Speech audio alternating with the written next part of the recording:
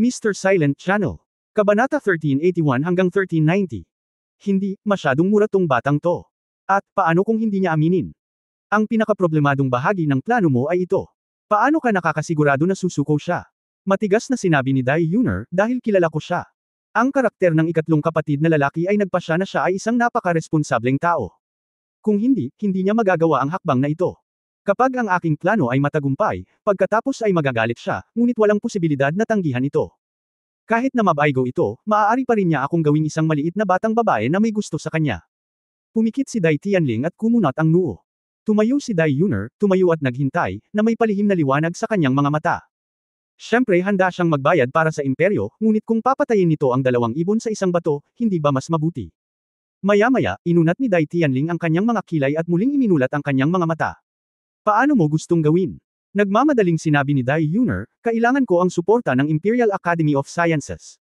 Okay. Kamustahin ko sila, dumiretso ka na. Yuner.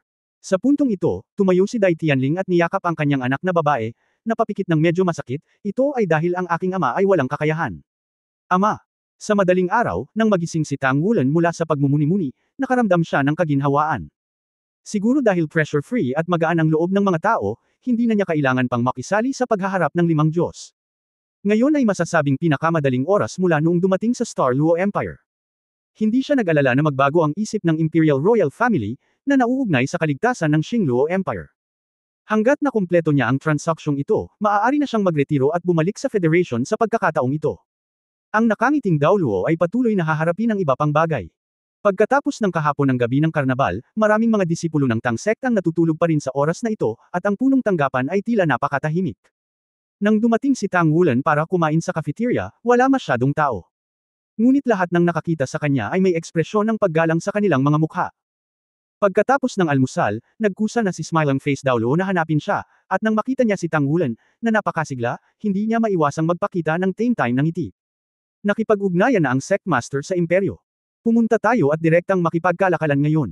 Ito ay nasa palasyo, na siyang pinakaligtas at pinakakompedensyal. Ang palasyo ay nagtabi ng isang bodega, na babantayan ng gusto sa hinaharap. Okay. Salamat sa iyong pagsusumikap. Nakangiting sabi ni Tang Wulan, sa wakas, tatapusin na natin ang gawain, at nakahinga ako ng maluwag. Sa panahong ito, pinipigilan mo rin ang ating mga Tang Sect na maging pinakamababa hanggat maaari, para hindi tayo maapektuhan dahil sa desisyon ng 5 Diyos. Ang relasyon sa maharlikang pamilya. Tumawa si Hujia, naiintindihan ko, huwag tayong kumilos kung makakakuha tayo ng bargain. Huwag mag-alala, Master, ang mga nasasakupan ang bahala dito. Ang puso ni Tang Wulan ay kumikilos, ito ang unang pagkakataon na ang nakangiting Dao Luo na ito ay nag-claim na siya ay isang subordinate. Tila ang 5 Diyos ay hindi lamang isang adaptasyon ng labas ng mundo, ngunit binago din ang kanyang sariling mga tao. Nang dumating ang oras, ang 7 Shrek Monsters, sa pamumuno ni Hujia, ay muling dumating sa Star Luo Imperial Palace. Kaiba sa kapabayaan noong unang pagkakataon, sa pagkakataong ito, naghihintay na sina Emperor Dai Tianling ng Qing Luo Empire at Prince Dai Yian sa pinakamalaking conference room ng Imperial Palace. Sa muli naming pagkikita, halatang malaki ang pinagbago ng mga mata ni Dai Yian nang tumingin siya kay Tang Wulan. Nang makita ko siya sa unang pagkakataon, hindi na makapaghintay si Dai Yian na hamanin siya na i-verify ang mga resulta ng kanyang paglilinang sa mga nakaraang taon. Ngunit nang makita ko siya sa pangalawang pagkakataon, wala akong tiwala na maghamon. Marahil, sa panahong ito, anuman ang iyong pagkakakilanlan, maaari ka lamang magsilbi bilang isang palara para sa lalaking nasa harap mo. Kamahalan, kamahalan. Tumanggo si Tang Wulan bilang pagbati. Si Dai Tianling ay hindi makakita ng anumang senyales ng hindi kasiya siya, at nakangiting sinabi, binabati kita sa Tang Sect Master para sa pagkapanalo sa 5 Gods Decision. Matutupad din ng Empire ang dati nitong pangako na makuha ang oras na ito sa premium na 10%. Nakita na natin ang listahan at wala itong problema. Sinimulan na nating pakilyusan ang mga mapagkukunan na kailangan ng sectware na kailangan ng Tanggaw sa loob ng 3 araw. Salamat sa suporta ng iyong kamahalan. Taos-pusong sabi ni Tang Wulan. Bumantong hininga si Dai Tianling at sinabi, sa totoo lang, pinagsisisihan ko ito. Gayunpaman, hindi ko rin ito pinagsisisihan. At least, ang desisyon ng 5 Diyos na ito ay nagpapahintulot sa atin na makita ang kinabukasan ng Tang Sect at palakasin ang ating kooperasyon sa Tang Sect. Kumpiyansa. Sana ay maipagpatuloy natin ang ating pagtutulungan sa loob ng libu-libong taon, at dapat suportahan ng Tang Sect Master si Qing Luo kahit na ano pa ang mangyayari sa hinaharap. Bahay. Ang mga salitang ito ay puno ng katapatan. Bagamat walang kulang sa pagtatanghal ng palabas, medyo nagulat si Tang Wulan na kagagaling lang niya sa desisyon ng 5 Diyos at ganoon pa rin ang ugali. Kamahalan, ito ay aming karangalan. Nakangiting tumanggo si Tang Wulan. Sinabi ni Dai Tianling, anong mga plano ang mayroon si Tang Sect Master pagkatapos? Sinabi ni Tang Wulan, dapat akong bumalik sa Federation sa lalong madaling panahon. Tulad ng alam mo, ang pressure sa Tang Sect ay hindi maliit sa Federation side, at gusto kong bumalik at ibahagi ito sa mga partner ng Tang Sect. Marahan na bamantong hininga si Dai Tianling, sa totoo lang, umaasa ako na lahat ng Tang Sect ay makamigrate sa ating Xingluo. Kung ganoon, magkakaroon talaga ng pagkakataon si Xingluo na lumaban sa Federation sa hinaharap. Humingi ng paumanhin si Tang Wulan, maraming salamat sa pagkilala ng iyong kamahalan sa Tang Sect. Gayunpaman, sumunod ang Tang Sect sa Daoluo Continent. Mga pintuan at pagpapanatili ng Tangmen. Bilang mga inapo, hindi natin mababago ang pamana na iniwan ng ating mga ninuno. Siyempre, ang Tangmen ng Star Luo Empire ay isa ring napakahalagang bahagi ng mapayapang punong tanggapan. Mga kontinente. Tumanggo si Dai Tianling, salamat sa suporta ni Sect Master Tang. Naging pabaya ka sa pagkakataong ito. Hiyang-hiya ako. Magkakaroon ng piging sa palasyo ngayong gabi para libangin ang lahat ng orihinal na kaibigan. Mag-enjoy po kayo. Salamat sa kamahalan. Pagkatapos ng maikling pag-uusap, ibibigay ang susunod na item. Si Tang Wulan ang may pananagutan sa pagpapadala ng lahat ng mga materyales na dinala sa oras na ito sa bodega ng palasyo ng Imperial, at lahat ng iba pang mga bagay ay inayos ni Smilang Daoluo. Sa pagtatapos ng araw, ang lahat ay karaniwang hinahawakan. Inihanda na ng Royal Family ang lahat ng resources na kailangan ng Tang Sect, at ang premium ay binayaran gamit ang pondo. Pagkatapos ng lahat, gumaan din ng gusto si Tang Wulan, sa pagkakataong ito ay dumating sa ngalan ng Tang Sect, ang kanyang bagong Tang Sect Master sa wakas ay dumating sa isang perpektong wakas. Ang hapunan ay ginanap sa panloob na patio ng palasyo ng Imperial nang walang paglahok ng mga opisyal ng sibil at militar. Sa Star Luo Empire, ang Emperor Dai Tianling ang pinamumunuan, ang Prinsipe Dai Yian, ang prinsesa na si Dai Yuner at ilang mahahalagang miyembro ng pamilya ng hari ay lumahok. Sa Tang Sect, si Tang Wulan, ang master ng Tang Sect, ay pinamumunuan, kasama si Smilang Daoluo Hujia at ang iba pang 6 na Shrek 7 Devils. Hindi dumating si Grace sa hapunan ngayon, hindi ko alam kung bakit. Sa ngalan ng Monster Academy, ito ay ang Mountain Dragon King na si Longyu. Si Tang Wulan ay nakaupo sa tabi ng Imperial Emperor Dai Tianling sa kaliwang bahagi, at sa tapat niya ay si Crown Prince Dai Yian. Iginagalang ng Star Luo Empire ang kaliwa. Ang pag-imbite kay Tang Wulan sa posisyon na ito ay nangangahulugan na ang kanyang katayuan ay higit pa sa prinsepe. Ang gayong paggalang ay nagpapakita ng katapatan ni Xingluo. Matagal nang nawala kay Dai Tianling ang suppressive attitude na mayroon si Tang Wulan noong una siyang dumating, at madalas siyang nag-toast. Hindi lang siya nakipagpalitan ng tasa kina Tang Wulan at Smilang Daoluo, masaya siyang nakipag-usap at tumawa, kundi pati na rin sa Shrek 7 Devils. Tang Sect Master, uminom tayo. Lumitaw ang matangkad na figure ni Long Yu sa harap ni Tang Wulan. Itinaas ni Tang Wulan ang kanyang baso at tumayo, magalang si Brother Long. Bahagyang ngumiti si Long Yu, hindi tayo magkakilala. At sa hinaharap, ikaw ang layunin na sinisikap kong abutin. Sumulyap si Tang Wulan sa kanya at sinabing, naabot na ni Brother Dragon ang antas ng title Daoluo. Tumanggo si Long Yu. Sinabi ni Tang Wulan, aalis ako sa susunod na mga araw. Bago ako umalis, sana ay makapag-usap ako sa ilang senior mula sa Star Luo Empire. Inimbitahan ko na si Senior Huang Zhengyang na, pag-usapan ang mga mecha sa kanya at kay Chu. Senior Changge, makipagpalitan ng armas. Kung interesado si Brother Long, bakit wala tayong laban bago ako umalis? Lumiwanag ang mga mata ni Long Yu, okay. Ito talaga ang inaasahan ko. Ang tulong kay Tang Wulan sa desisyong ito ng 5 Diyos ay napakalaki. Kahit siya mismo ay hindi niya inaasahan na sa mabigat na pressure, mabilis siyang bubuti. Ang labanan kay Huang Zhengyang, ang haligi ng imperyo, at si Chu Changge, ang Witong Blood Daoluo, ay may pakiramdam na hindi puno ng saya. Bago umalis, matututo tayo ng higit pa upang pagsamahin ang pakinabang na ito at magkaroon ng mas malalim na pag-unawa. Kung wala ang nakaraang plataporma ng 5 Diyos, talagang mahirap makahanap ng isang taong gustong hamanin ang gayong kapangyarihan. Ngunit ngayong mayroon na siyang ganitong pagkakataon at maaaring direktang mock-on tap, natural na ayaw niyang sumuko. Kasabay ng paglukso ng dragon, mas maganda ang natural na epekto. Si Long Yu ay nasa antas na ng title Daoluo, para kay Wan, ang kanyang Mountain Dragon King na si Wan ay kailangan pa ring mas mataas sa mabait na Bright Sacred Dragon Wan. Ito ang susunod na henerasyon ng Star Luo Empire na malamang na maging ang pagkakaroon ng Extreme Daoluo. Nang labanan si Long Yu sa taong iyon, si Tang Wulan ay dumanas ng labis na panggigipit, at sa wakas sa tulong ni Guyana, bahagya niyang natalo ang frontline. Bagamat iba na siya ngayon sa nakaraan, paano naman si Long Yu? Bago umalis, pumunta muli sa 3 larong ito, at magagawa mong umatras sa daan pabalik. Naniniwala ako na magkakaroon ng higit pang mga pakinabang. Ngayon ang likas na lihim na pamamaraan ng Tang Wulan's Ontology Sect ay mahusay, ang kanyang soul power cultivation ay napabuti din, at natanggap din niya ang sagradong pagpapala ng Holy Spirit Daoluo, na nag-activate ng Blood Golden Dragon Domain ng kanyang sariling free character battle armor. Kung ikukumpara noong siya ay unang dumating, ang buong tao ay tila ganap na muling ipinanganak. Kung maaari lang siyang mag-atubili na makipaglaban sa title Daoluo na may iba't ibang kakayahan bago siya dumating, kung gayon ay kayanan niyang sugpuin ang karamihan sa mga Super Daoluo level powerhouses, at least may kapangyarihan siyang lumaban. Mula sa title Daoluo hanggang Super Daoluo, aabutin ng hindi bababa sa 5 hanggang 10 taon para maging posible ang mga ordinaryong Spirit Master. Ito pa rin ang oras na kailangan ng mga henyo. Ngunit si Tang Wulan ay tumagal lamang ng wala pang kalahating taon upang makumplito ito. Higit sa lahat, ang kanyang cultivation ay nasa 8 environment realm pa rin.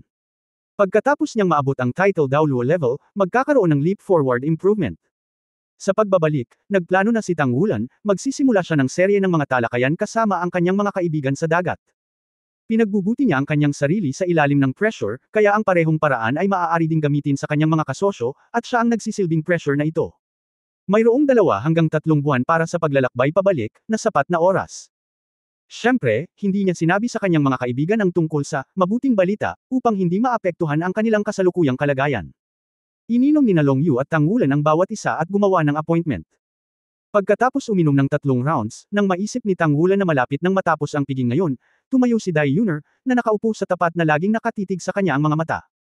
Damang-dama talaga ni Tang Wulan ang kanyang titig sa lahat ng oras. Ang kanyang mga mata ay nag-iinit, na parabang ang temperatura ay talagang nasusunog sa kanya, na nagbibigay kay Tang Wulan ng hindi maipaliwanag na pakiramdam. Kaya naman, nang si Dai Yuner sa sandaling gumalaw siya, naramdaman niya agad ito. Subconsciously ibinaling ang tingin sa kanya. Ikatlong kapatid, ay toast din kita ng isang baso. Binabati kita sa iyong tagumpay sa desisyon ng 5 Diyos. Lumapit si Dai Yuner na may dalang 2 baso ng alak at inabot ang isa kay Tang Wulan, isa sa kanyang sariling kamay. Ngayon, nakasuot na siya ng kasuotan sa palasyo, misensinang sinukle ang mahabang buhok, maputi at malambing ang balingkinitang leeg, at ang kanyang marangal at magandang hitsura ay tila nagpabago sa kanyang pagkatao. Napangiti si Tang Wulan, salamat sa iyong Royal Highness. Mapait na tumingin sa kanya si Dai Yuner, I call you the third brother, but you want to call me the princess, am I really unwelcome to you? Siyempre ayaw mo sa akin, pero wala man lang tayong mga kaibigan. Ginawa mo ba?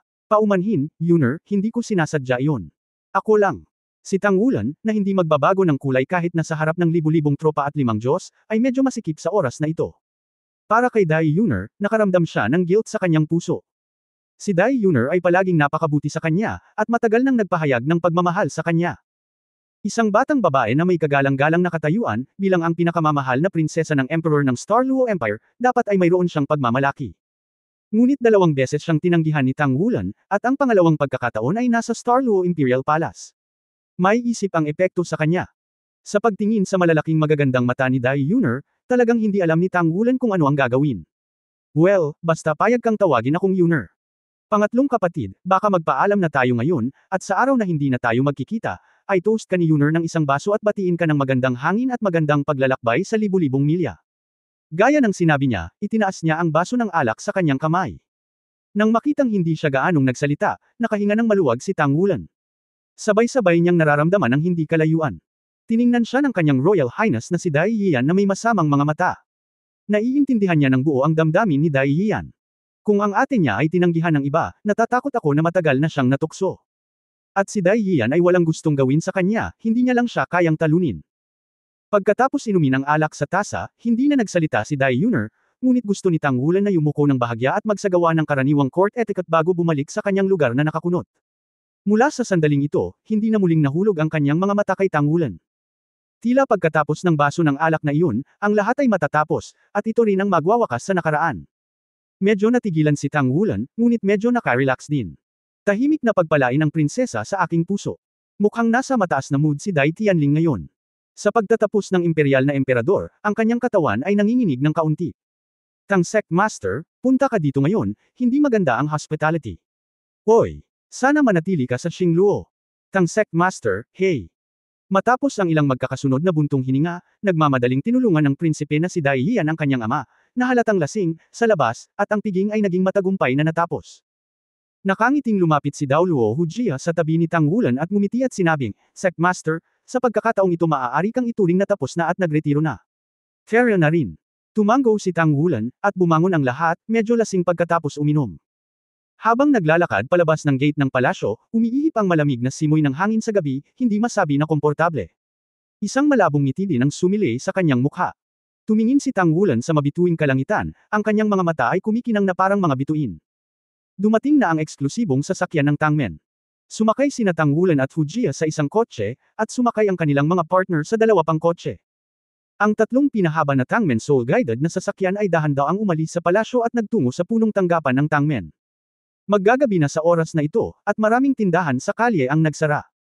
May kaunting distansya mula sa palasyo ng Imperial hanggang sa punong tanggapan ng Tangmen. Ang sasakyan ay nagmamaneho sa kalsada, at ang bilis ay unti-unting tumataas dahil sa kakapusan ng mga sasakyan at pedestrian. Si Tang Wulan at nakangiting Dao Luo ay nakaupo sa kotse na nakapikit at nagpapahinga. Sa kanilang pisikal na fitness, ang epekto ng alkohol ay hindi magiging masyadong malaki. Si Tang Wulan at ang kanyang sasakyan ay nagmaneho sa harapan. Matapos dumaan sa isang intersection, nagbago ang signal indicator at kailangang huminto ang dalawang sasakyan sa likod. Bilang lead car, natural na dumaan si Tang Wulan at ang iba pa, at lumayo sa dalawang sasakyan sa likod. Nang mahigit 300 metro na ang layo ng lead car sa dalawang sasakyan sa likuran, biglang yumanig ng malakas ang katawan ng sasakyan, at nagkaroon ng marahas na dagandong, na lumitaw ng walang babala. Boom! Isang grupo ng pulang ilaw ang bumalot sa sasakyan sa harapan halos kaagad, at ang marahas na tunog ng pagsabog ay may halong pulang bola ng liwanag sa kalangitan.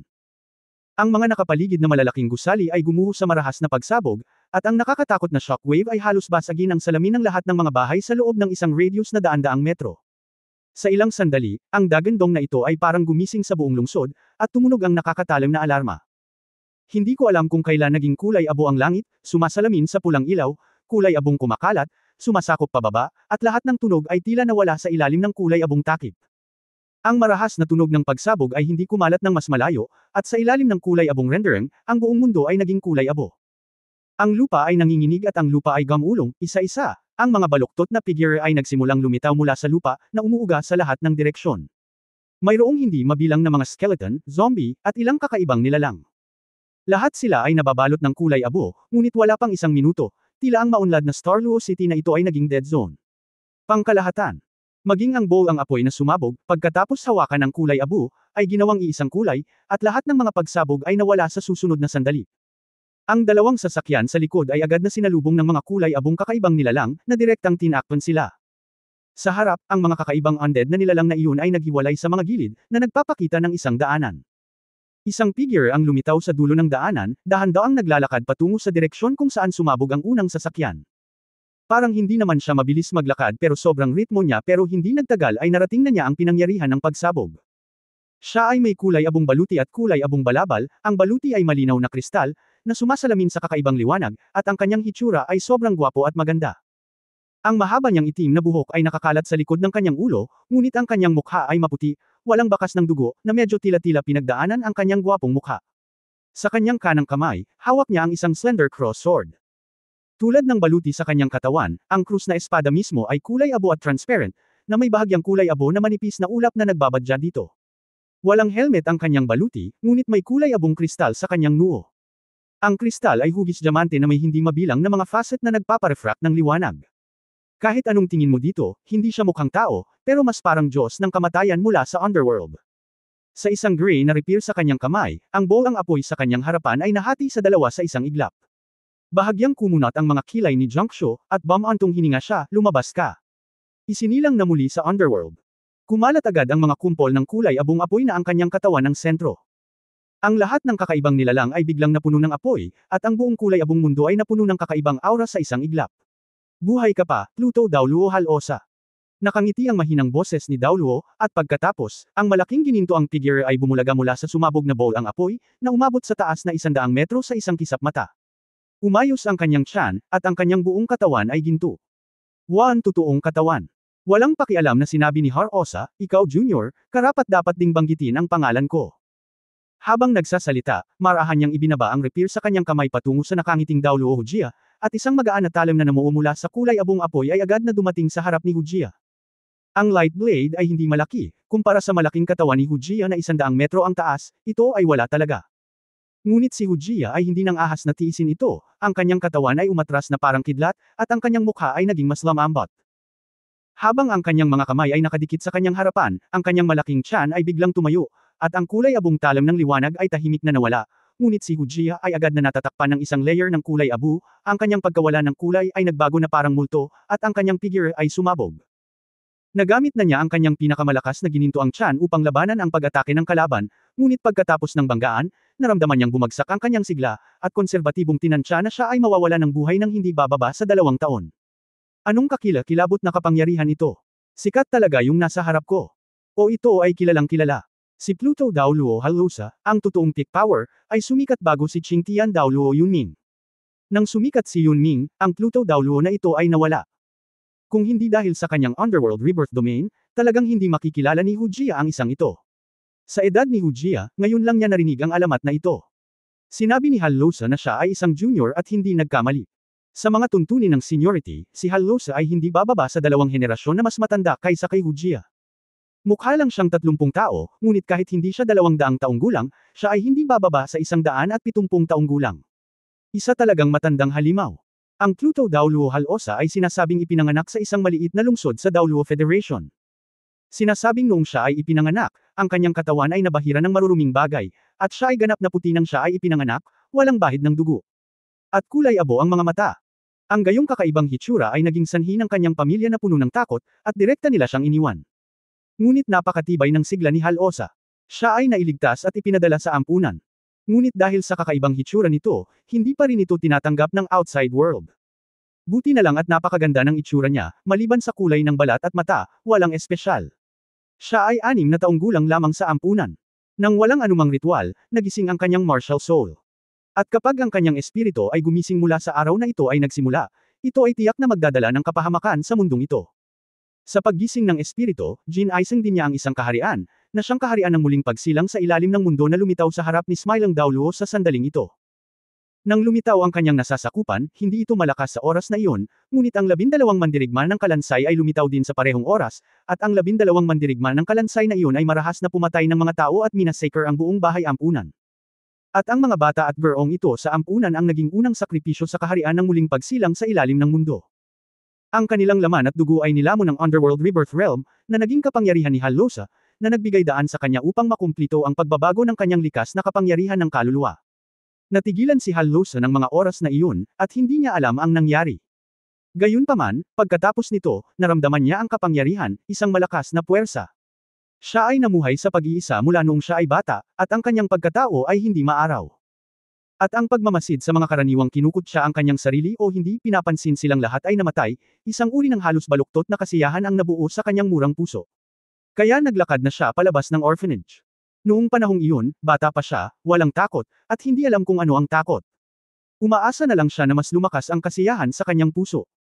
Ang 12 skeleton na dinala mula sa Underworld Rebirth Realm ay nagsimulang magkatay palabas, unti-unting pinalawak ang kaharian na maaari lamang niyang saklawin ng higit sa 100 metro sa radius hanggang 30 metro.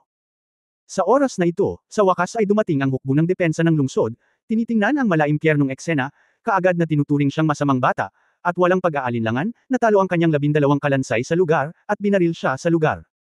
Ang kanyang katawan at ang mga kalansay ay inilibing ng magkasama. Gayunpaman, walang nag-isip na sa ilalim ng impluensya ng Underworld Rebirth Realm, si Halosa ay muling nabuhay makalipas ang 7 araw. Gumapang siya mula sa putik at nagsimulang tumahak sa sarili niyang landas ng pagkawasak at pagpatay. Sa nakaraang aralin, alam niyang hindi siya madaling malantad, kaya umalis siya sa lungsod at pumunta sa isang liblib na lugar. Espesyal na humanap ng ilang malalayong nayon sa bundok upang magsagawa ng pagpatay. Sa proseso ng pagpatay, malinaw niyang nararamdaman na ang kanyang lakas ay patuloy na lumalaki. Ang unang 12 kalansay ay sumunod sa kanya sa muling pagkabuhay, lumaki ng sama-sama, naging mas malakas, at naging mas malupit at masama. Minsan may nagsabi na ang Pluto Dao Luo Halosa ay isang parusang ibinigay ng langit sa sangkatauhan. Parusahan ang sangkatauhan sa pagsira sa kapaligiran at pagsira sa mundo. Sa kanya, sinamahan ng hininga ng kamatayan ng Underworld, sinamahan ng ideya ng pagsira sa lahat. Masyadong mabilis ang kanyang growth rate. Nang matuklasan ang krisis na kanyang dinala at nagsimulang makatanggap ng atensyon mula sa Federation, ang Underworld Dao Luo ay biglang nawala. Walang nakakaalam kung saan siya nagpunta hanggang makalipas ang 10 taon. Nang muli siyang nagpakita, ito ay hindi na isang nayon, ngunit isang maliit na lungsod. Mahigit 60,000 katao ang namatay sa sakuna na iyon. Pagkatapos ng panahong iyon, nakapasok na siya sa antas ng title Dao Luo. Noong panahong iyon, 19 na taong gulang pa lamang siya. Siya ay nawala muli, at ang Federation ay nagsikap na hanapin siya. Ang pangalan ng pagkasira ng Underworld Dauluo Halosa ay nakamit sa pamamagitan nito. Noong panahong iyon, halos magkasing kahulugan na siya sa horror.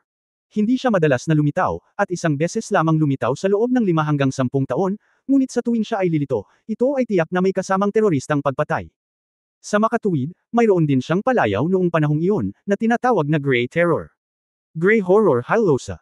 Hanggang sa siya na mismo ang nagbigay ng palayaw sa kanyang sarili na Pluto Dauluo na ang Grey Terror ay unti-unting napalitan ng Pluto Dauluo. 25 taong gulang, Super Dauluo. Nang siya ay naging isang Super Dauluo, ito ay sinamahan ng pagkamatay ng higit sa 100,000 katao. Sa wakas ay natagpuan siya ng Shrek Academy, ang guro ng Qingtian Daoluo Yunming, pagkatapos ay ang master ng Sigad Pavilion sa Shrek Academy, personal na kumilos, at sa wakas ay natagpuan ang Hades Dauluo sa isang malayong lungsod sa baybayin. Hindi pala nakapatay si Halosa nang mawala, bagkus ay napatay sa dagat. Ang buhay dagat ay halos walang katapusan. Sa pagpatay sa mga marine creature na ito, nagpatuloy siya sa pagbuti. At pagkatapos ng bawat malakihang pagpatay, kailangan niya ng tagal ng panahon para matuno at masipsip, kaya mas madalas lang siyang lumitaw. Sa oras na iyon, ang Pavilion Master ng Sigad Pavilion ay isa ng Extreme Dauluo level powerhouse, at si Halosa ay isa lamang Super Dauluo.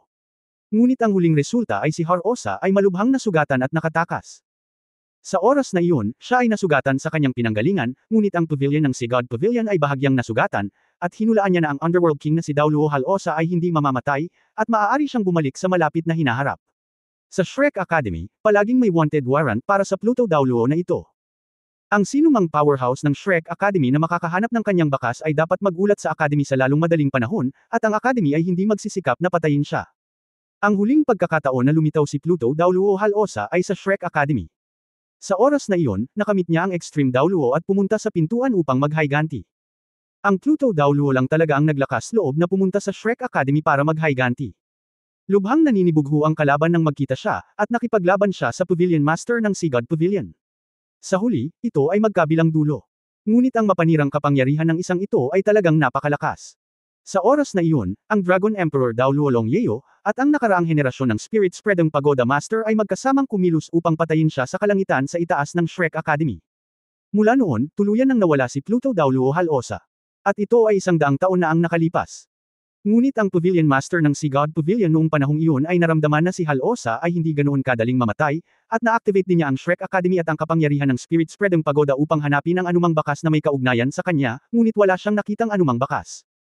Kung tutuusin, ang pagtitipon ng kapangyarihan ng tatlong Ultimate Dauluo sa oras na iyon ay tiyak na magpapawi hindi lamang sa kanyang katawan, kundi pati na rin sa kanyang kaluluwa. Hanggang noon, naisip ng Shrek Academy na patay na talaga ang lalaking ito. Gayunpaman, ang hindi inaasahan ng mga tao ay ang Pluto Dauluo na ito ay talagang lilito ngayon. Pagkatapos ng 100 taon ng dormancy, walang nakakaalam kung gaano kalakas ang isang ito. Sa makatuwid, nang makita siya ni Hujia, ang kanyang puso ay puno ng pagkabigla. Kung hindi dahil sa paglitaw ng Underworld King Dauluo at sa epekto ng Underworld Rebirth Domain na nag-iwan sa kanya ng napakalalim na impresyon sa mga sinaunang talaan, hindi niya ito makikilala. Sa mga limit Dauluo na nabubuhay pa ngayon, sa edad, ang mga maihahambing sa nasa harap niya ay marahil silang dalawa lang, sina Dragon Emperor Dauluo Longyeo at Hanhai Dauluo Chenzinji. Ngunit sa mga tuntunin ng lakas, walang sino man sa kanila ang maaaring manalo sa isang ito. Ang nakakatakot ay buhay pa ang isang ito. Sa simula, nakatuon siya sa kapangyarihan ng tatlong ultimong Dauluo, sa pag-aakalang siya ay napatay na, ngunit hindi niya inaasahan na lilito siyang muli ngayon. Lumabas ka na, nakapaghanda ka na ba? So ano? Mahinang sabi ni Halosa. Dalawang figure ang lumabas mula sa likuran ni Hujia, at sabay-sabay na lumitaw sa hangin. Ang nasa kaliwa ay si Tang Wulan, ang master ng Tang Sect, habang ang nasa kanan ay nakasuot ng isang driver. Sa oras na ito, nalantad na ang kabaitan ng isang sagradong dragon na may pilak na buhok na si Dauluo. Nang makita si Halosa, mas nabigla si Qinchi kaysa kay Hujia. Ang prestihiyo ni Underworld Dauluo, kahit nasa Starluo Continent, narinig na niya ito. Ang nakasisindak na mapangwasak na kapangyarihan at nakakatakot na kakayahan sa pagpatay ay tiyak na magdadala ng malalaking sakuna gaya ng mga natural na sakuna halos kahit saan. Matapos makita si Guyana noong araw na iyon, alam ni Tang Wulan na may ilang tao na hindi papayag na umalis ng ganito. At siya ay nasa punong tanggapan ng Tang Sect, kaya walang maraming pagkakataon na gawin ito. Ang gabing ito ay walang alinlangan na isang magandang oras. Pagkatapos noon, tahimik na nagpadala si Guyana ng ilang balita, hinahayaan siyang kumpirmahin ang tiyak na oras. Kaya naman, inanyayahan niya si Shenglong Dauluo na pumunta. Ang kulto ng banal na espiritu ay isang ganap na kaaway sa alinmang bansa.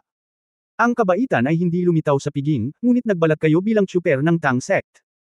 Ang pagsabog ngayon lang ay inaasahan na nila, ngunit hindi nila inaasahan na ang kalaban na sumulpot sa harapan nila ay isang karakter na dapat ay umiral sa alamat. Pluto Dao Luo Halosa. Well, magkasama silang lahat. Isa-isa ko silang mahanap. This time, ikaw ang target ko. Tumingin si Halosa kay Kindness, na may kaunting disdain sa kanyang mga mata. Biglang naging pangit ang mukha ni Kinchi. Siyempre confident siya sa sarili niya. Bilang Extreme Dao Luo, nakatayo na siya sa tuktok ng mundong ito.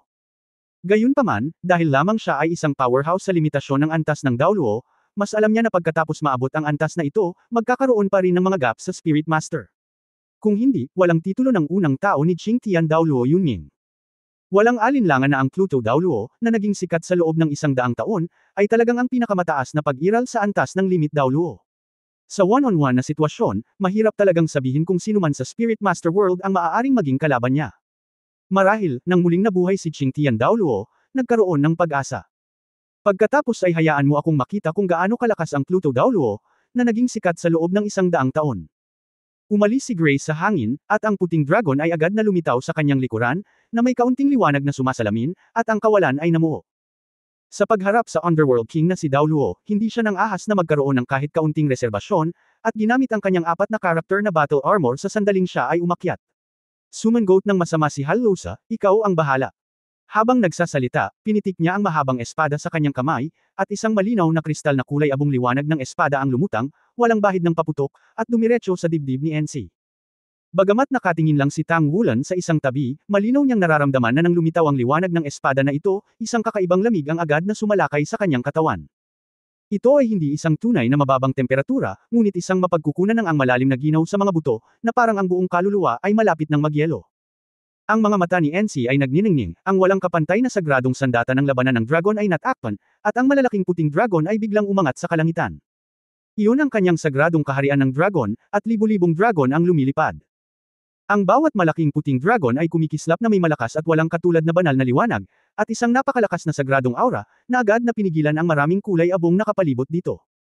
Nakangiting hindi kumibo si Dao Luo, ngunit tumabi habang pinuprotektahan si Tang Wulan, at binawi ang kanyang martial spirit body.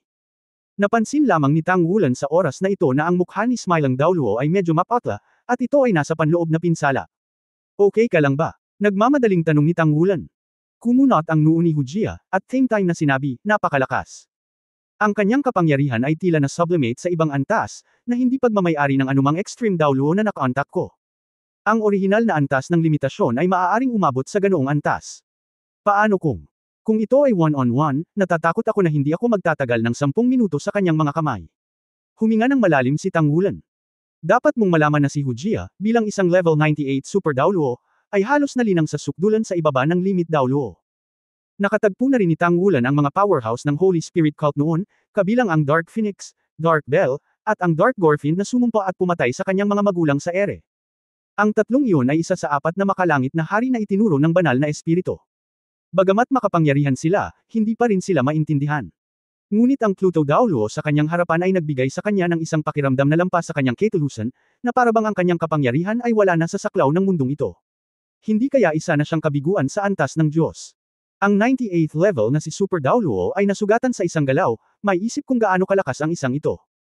Buti na lang at inimbitahan nila ngayong araw si Shenglong Dao Luo NC, ang Ultimate Dao Luo, kung hindi, basta medyo mayabang, malaki ang posibilidad na talagang masisira ka dito. Si Pluto Dao Luo Halosa, bagamat narinig ni Tang Wulan ang pangalan sa unang pagkakataon, sa maikling panahon na ito ay malalim itong nakatatak sa kaibuturan ng kanyang puso. Libu-libong dragon ang lumipad, at ang mga higanting dragon na puno ng liwanag at sagradong aura ay tila pinalabnaw ang aura ng Rebirth Realm ng Underworld. Dahil na-promote ng sarili nilang battle armor, ang aura ng sariling kabaitan ni Holy Dragon Dao Luo ay lumakas din sa sukdulan.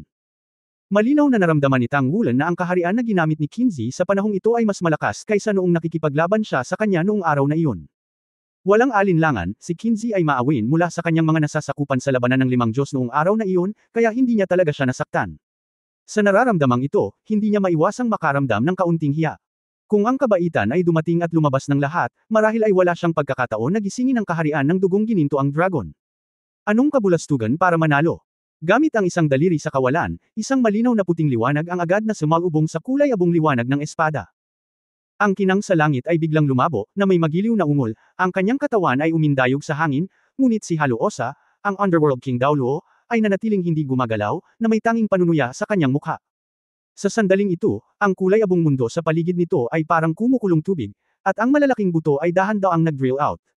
Ang mga butong ito ay tila hindi masabi kung anong klaseng nilalang sila. May mga dragon at iba pang anyo ng hayop. At ang ilan ay mas mukhang marine life. Ang mga malalaking nilalang sa ilalim ng mundo ay tumagos sa isang iglap, galit na umaatake sa mga piraso ng puti. Dapat sana ay pinigilan ng liwanag ang kadiliman, ngunit ang underworld ng mga nilalang sa underworld na ito ay hindi natatakot sa kapangyarihan ng liwanag, tulad ng isang alon, at lumipad sa libong dragon na may 10 beses o 100 beses ang bilang. Pagpigil sa larangan. Ang Underworld Rebirth Domain ay dapat ituring bilang sariling espiritong kakayahan ni Pluto Daoluo Halosa, ngunit talagang pinigilan nito ang 4-character battle armor domain ng kabaitan ni Holy Dragon Daoluo. Sa maraming pagkakataon, ang realidad ay mas nobela kaysa fiction. Kung kumalat ang eksena sa harap mo, walang maniniwalang totoo ito. Ngunit ang mga katotohanan ay nasa harap niya, ang banal na Dragon Daoluo, ang unang tao sa Starluo Empire, ay ganap na pinigilan ng kanyang mga kalaban. Sa sandaling ito, si Tangwulan ay may kakaibang iniisip sa kanyang isipan. Kung si Haluosa ang lalahok sa Five Gods Tournament, natatakot ako na matatalo talaga ang Starluo Empire. Ang banal na espiritu ay may isang makapangyarihang tao. Kung sasali pa rin siya kay Qingtian Daoluo, iniisip ko kung mapipigilan siya. Malaki rin ang pagbabago ng ekspresyon ni NC sa mga oras na ito, na nakabilog ang mga kamay sa harap niya. Sa kanilang antas, ang kakayahan ng espiritu mismo ay hindi na mahalaga. Bagamat naabot na rin ni Qilin Daoluo Tanggayo ang limitasyon ng antas ng Daoluo, marami pa ring pagkakaiba mula sa hakbang na ito. Ang kanang kamay ni NC ay imaginary shot sa hangin, at ang hangin ay gumawa ng isang bahagyang putok, at pagkatapos, ang nakakatakot na aura ay agad na tumagos, at ang buong espasyo ay tila gumuho, pinipiga ito patungo sa Pluto Daoluo. Hindi mo pa naiintindihan. Mahinang sabi ni Haluosa.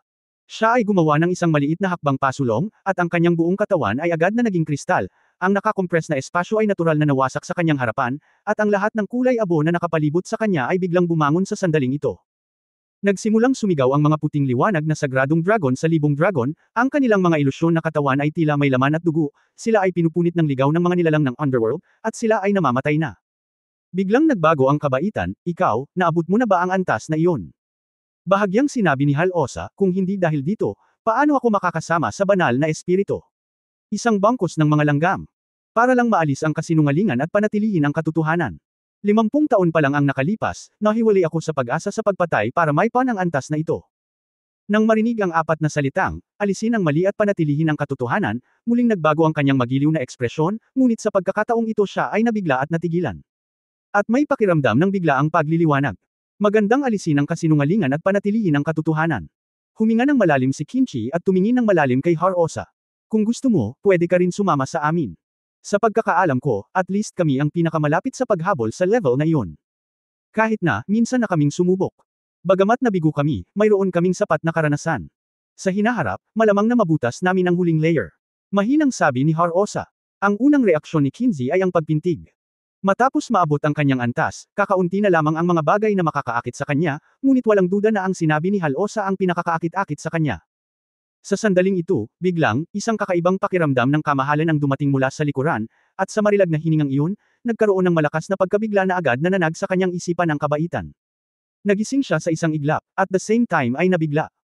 Ang gayong kapangyarihang nakakamangha ay maaapektuhan ng kanyang sariling espiritual na paglilinang. Natatakot ako na ang antas ng espiritual na kapangyarihan ng Pluto King na si Daoluo sa kanyang harapan ay malamang na umabot sa rurok ng espiritual na kaharian, at kahit malapit sa gilid ng maalamat na banal na kaharian ng pinagmulan. Hindi. Magkaiba ang mga paraan at hindi nagtutulungan. Sinabi ng kabaitan, ikaw ay walang awa at makasarili. Para sa iyong sariling kapakanan, ikaw ay walang kabuluhan sa lahat ng buhay. Ang pagpunta laban sa langit, ikaw ay tatalikuran. Marahil, maraming mga henyo sa gitna mo. Gayunpaman, hindi mo magagawang lumampas sa antas ng limitasyong iyon, dahil kahit na ang eroplano ay hindi papayag na ikaw ay maging mga Diyos. Kung hindi, ito ay magiging isang kapahamakan. Sa wakas ay nagbago ang mukha ni Haluosa, at medyo kakaiba ang kanyang ekspresyon. Malinaw na makikita mo ito. Labag sa langit ang paglilinang para maging isang Diyos. Isang araw, malalampasan natin ang pagsupil sa eroplano. Umalis ka sa daan. Tutal, nasa ganitong antas ka. Ayokong patayin ka. Siya lang ang layunin ko. Habang nagsasalita, ang kanyang mga mata ay nakatutok sa direksyon ni Tangwulan, ang kanyang mga mata ay kalmado at malalim. Pakiramdam ni Tang Wulan ay parang hinihigop ang kanyang kaluluwa nang mahuli siya. Halos ganap na nakatitiyak si Tang Wulan na sa mga matatapang na tao na nakita niya sa mundo, bukod sa hindi niya alam ang paghahambing sa pagitan ng Great Sky Daoluo at ng isang ito, natatakot ako na ang isang ito ay dapat ang pinakamalakas na nakita niya. Isa sa kanila. Naramdaman niya na sa harap ng isang powerhouse ng antas na ito, kahit na anong antas ito, ang Soul Guidance Technology ay walang kahulugan. Ang mga bilog ng gintong halo ay tumaas mula sa ilalim ng mga paa ni Tang Wulan, at ang kanyang mga mata ay agad na naging makinang. Sa kulay abong mundong ito, ang mga bilog na may gininto ang kulay ay mukhang partikular na nakasisilaw, na nagbibigay sa mga tao ng maningning na pakiramdam. Ha! Naglabas ng gulat na hinala si Halosa. Siya ay napakalinaw tungkol sa kanyang sariling Underworld Rebirth Realm. Sa loob ng Underworld Rebirth Realm, lahat ng bagay at buhay na katawan ay mahahawaan at mabubura ng Underworld. Ang nakikitang hitsura ay ang kulay ay unang mahawan.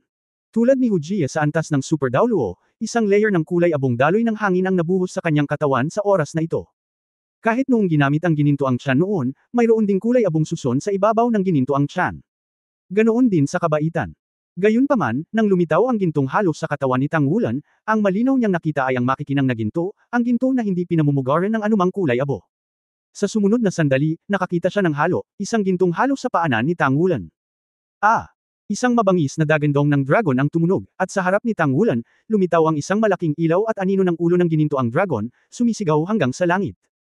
Bigla, ang lahat ng matamlay, pinigilan na 1,000 dragons na lumilipad at sumasayaw ay tila sinindihan ng dugo, at lahat ng maliwanag na sagradong dragon ay natatakpan ng gintong halo, at pinilit nilang umatras ang underworld sa katawan. Ang hininga ng bawat puting dragon ay tumaas, nanginginig ang ulo at buntot nito, at ang mga kuko nito ay matutulis. Brazenly naglunsad ng isang pag-atake sa mga nakapaligid na nilalang sa underworld. Nang matanggap ang induction, nagtataka siyang tumingin kay Tang Wulan. Sa sandaling ito, naramdaman na lamang niya na ang kanyang Holy Dragon Domain ay na-injected ng isang shot, at maging ang kanyang sariling hininga ay naapektuhan, at ang kanyang hininga ay agad na tumaas. Ito ay hindi isang pagtaas sa dami, ngunit isang pagtaas na tinatayang 1%. Sa isang iglap, napakalakas ng Holy Dragon Daoluo na ito. Kapag nakaharap sa kanya, nagawang pigilan ng bloodline ng Golden Dragon King ni Tang Wulan ang kanyang bloodline power at sugpuin ang kanyang martial soul. Gayunpaman, kapag nakikipaglaban ng magkatabi, ang hininga ng Golden Dragon King ay ang pinakamahusay na tulong para sa lahat ng mga espiritu ng dragon. Noon pa lamang gisingin ni Tang Wulan ang dugo ng Golden Dragon King, natuklasan niya ito noong kasama niya ang kanyang mga kaibigan. Sa oras na iyon, ang mga kasamang nagtataglay ng Bone Dragon Martial Spirit ay lubos na pinahusay ng kanyang pagtaas. Sa sandaling ito, tumaas ang bloodline ng kanyang Golden Dragon King sa isang makapangyarihang tao gaya ni NC, at ang epekto ay natural na napakalakas. Ang sagradong aura ng maliwanag na sagradong dragon ay bumagsak sa mga tanikala, at sa wakas ay namumulaklak ang lahat. Ang mas kakaiba ay nasa kaharian ng muling pagsilang sa Underworld, lahat ng mala-dragon na nilalang sa Underworld ay naging mahina sa oras na ito. Ang dragon ay palaging nasa tuktok ng food chain, kahit nasa kaharian ng muling pagsilang sa ilalim ng mundo. Kung wala ang mala-dragon na mga nilalang sa mundong ito, ang epekto ng pagsupil sa domain ay lubhang nababawasan. Biglang nabawi ng kaunti ang kawalan ng kabaitan. Nakakatuwa, hindi katakataka na sinabi nila na dapat kanilang patayin. Yung maliit na lalaki, karapat-dapat kang maging taong pinili ni Shrek. Sa buhay ko, si Shrek Academy ang pinakakinasusuklaman na tao. Kung hindi dahil sa matandang lalaki mula sa Heavenly Daoluo, maabot ko man lang ang kasalukuyang estado 50 taon na ang nakaraan. Pero Shrek Academy lang ang hinahangaan ko. Sa mundong ito, ang pagiging Shrek lang ang aking up. Masyadong madaming tao sa sekta ang sira ang utak. Sayang ang paraan na yun para sirain si Shrek. Si Shrek ay dapat na napatay sa aking mga kamay bilang pagtitipon ng promosyon ko. Kung hindi lang masyadong maraming bagay ang kailangan kong harapin. Gusto ko talagang maghintay na lumaki ka at pagkatapos ay patayin ka. Nakakatuwa. Malakas na sinabi ni Tang Wulan, ano ang silbi ng pagbibiro, gawin natin ito. Kung gusto mo akong patayin, pumunta ka lang. Bahagyang ngumiti si Pluto Daoluo Halosa, sa tingin mo ba ay mapipigilan ako ng mga kapangyarihang ito na patayin ka? Ang munting lalaki, isang tinaguriang henyo na labis na ipinagmamalaki sa iyo, walang 10,000 ang patay sa aking mga kamay, kundi 8,000. Kapag ikaw ay papatay, ang iyong mga ninuno ay hindi pa ipinapanganak. Nang marinig ang kanyang mga pang-iinsulto at mga ninuno, biglang tumaas ang mga kilay ni Tang Wulan, at sa sandaling ito, isang kakaibang eksena ang lumitaw. Sa noo ni Tang Wulan, biglang lumitaw ang isang Golden Trident rune, at kaagad pagkatapos, ang mga mata ni Tang Wulan ay naging kakaibang asul-gintong kulay. Napabuntong hininga si Pluto King Daoluo, ang kanyang katawan ay biglang umatras ng ilang hakbang, ang kanyang mga mata ay nasa ulirat, higit sa 1/3 ng mga nilalang sa Underworld ay nagkawatak-watek sa isang iglap. God Backlash. Ang extreme Daoluo na ito, na pinigilan ang malayang pag-indayog ng madla mula sa kanyang hitsura, ay biglang naging matalas sa sandaling ito. Malaki rin ang pagbabago ng tingin sa mga mata ni Tang Wulan. Noong una siyang nagpakita, si Tang Wulan sa kanyang mga mata ay isa lamang langgam, at hindi niya ito sineseryoso. Ngunit sa sandaling ito, sa kanyang pagkabigla, lumitaw din sa kanyang mga mata ang isang nakakatakot na hangarin na pumatay. Natigilan din ang kabaitan, ano ang ibig sabihin ng pag-backlash ng Diyos. Nangangahulugan ito na sa mga ninuno ni Tang Wulan na inalipusta lang ni Hallosa, may mga Diyos na sinisiraan siya. Bagamat hindi nila binasbasan si Tang Wulan, kapag sila ay ininsulto, ang aura na natitira sa kanilang bloodline ay natural na magbubunga ng pagbabago sa antas ng mga Diyos. Ang pagbabagong ito ay isang uri ng pagbabago-bago, ang pagbabago-bago ng antas ng pagka-Diyos. Para sa mga ordinaryong tao, sa kabaligtaran, hindi ito magkakaroon ng anumang epekto, para lamang sa mga taong tulad nila na umabot sa limitasyon ng antas ng Daoluo at palaging sinusubukang i-condense ang kanilang mga Diyos, magkakaroon ito ng napakalakas na epekto. Maging ang pagkakaroon ng lakas ni Pluto King Daoluo Hallosa ay nabigla sa sandaling iyon. Ito ay isang epekto sa orihinal na Diyos ng kaluluwa, at si Hallosa ay nagdusa din ng husto. At sa sandaling iyon, naramdaman din ang kabaitan, at naramdaman niya ang kamahalan ng aura ng Dragon Clan Sword na hindi gaanong mababa sa pagsugpo sa sariling martial soul. Ang hininga na iyon ay mapayapa, ngunit mayroon itong napakalakas na puwersang panunupil.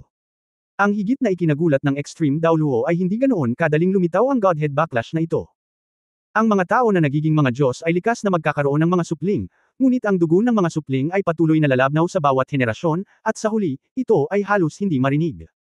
Magiging imposible para sa panguluhang Diyos na kontrahin ang sitwasyong ito. Ang buong kasaysayan ng Daoluo Continent ay nagpakita na ang huling taong naging Diyos ay ang nagtatag ng spiritual pagoda at ang ninuno ng Tang sect, si Lingbing Daoluo Wu Yuhao. Siyempre, ang dugo ni Wu Yuhao ay ipinasa din, sa Daoluo Continent, at sa royal family ng Star Luo Empire. Kaya lang, after so many generations of heredity, sobrang hina na. Napakalapit ng relasyon sa pagitan ni Grace at ng royal family, at wala pang tao sa royal family na maaaring magkaroon ng power of deity backlash. Ang hitsura ng backlash ng Diyos ay nangangahulugan na ang sariling dugo ni Tang Wulan ay napakalapit sa mga Diyos. Sa pangkalahatan, ito ay dapat na hindi hihigit sa 3 henerasyon. Pero ilang taon na siya. Sa loob ng 3 henerasyon, ang buong Daoluo Star ay tila walang paninirang puri. Pagkatapos ng maikling pagpaslang na paghahayag, ang mga mata ni Pluto Daoluo Hallosa ay biglang nabalisa, dahil bigla niyang napagtanto na kung si Tang Wulan ay magkakaroon ng maladyos na sampal, nangangahulugan ito na mayroon siyang 3 henerasyong panloob na Diyos. Ninuno. Marahil hindi lahat ng mga Diyos ay nasa mga talaan ng mga klasiko, at maaaring may mga nagal-inang sa kanilang sarili bilang mga Diyos ngunit hindi kilala ng mga tagalabas. Kung ang isang tao ay nagtagumpay, kung gayon, para sa kanila, ang kahalagahan ay napakalaki. Sa makatuwid, hindi na niya gustong patayin si Tang Wulan, ngunit gusto niyang bawiin siya at labis na pinahirapan siya. Nang hindi na muling nagsalita, biglang lumiwanag ang hugis brilyante na kulay abong kristal na puno ng mga hiwa na ibabaw sa noo ni Harosa. Ang buong Underworld Rebirth Realm ay biglang nag-oscillate. Sa gitna ng Underworld King na si Daoluo Hallosa at may radius na 100 metro ang layo, biglang lumitaw ang isang kulay abong pinto ng liwanag. Mayroong 12 gate sa kabuuan.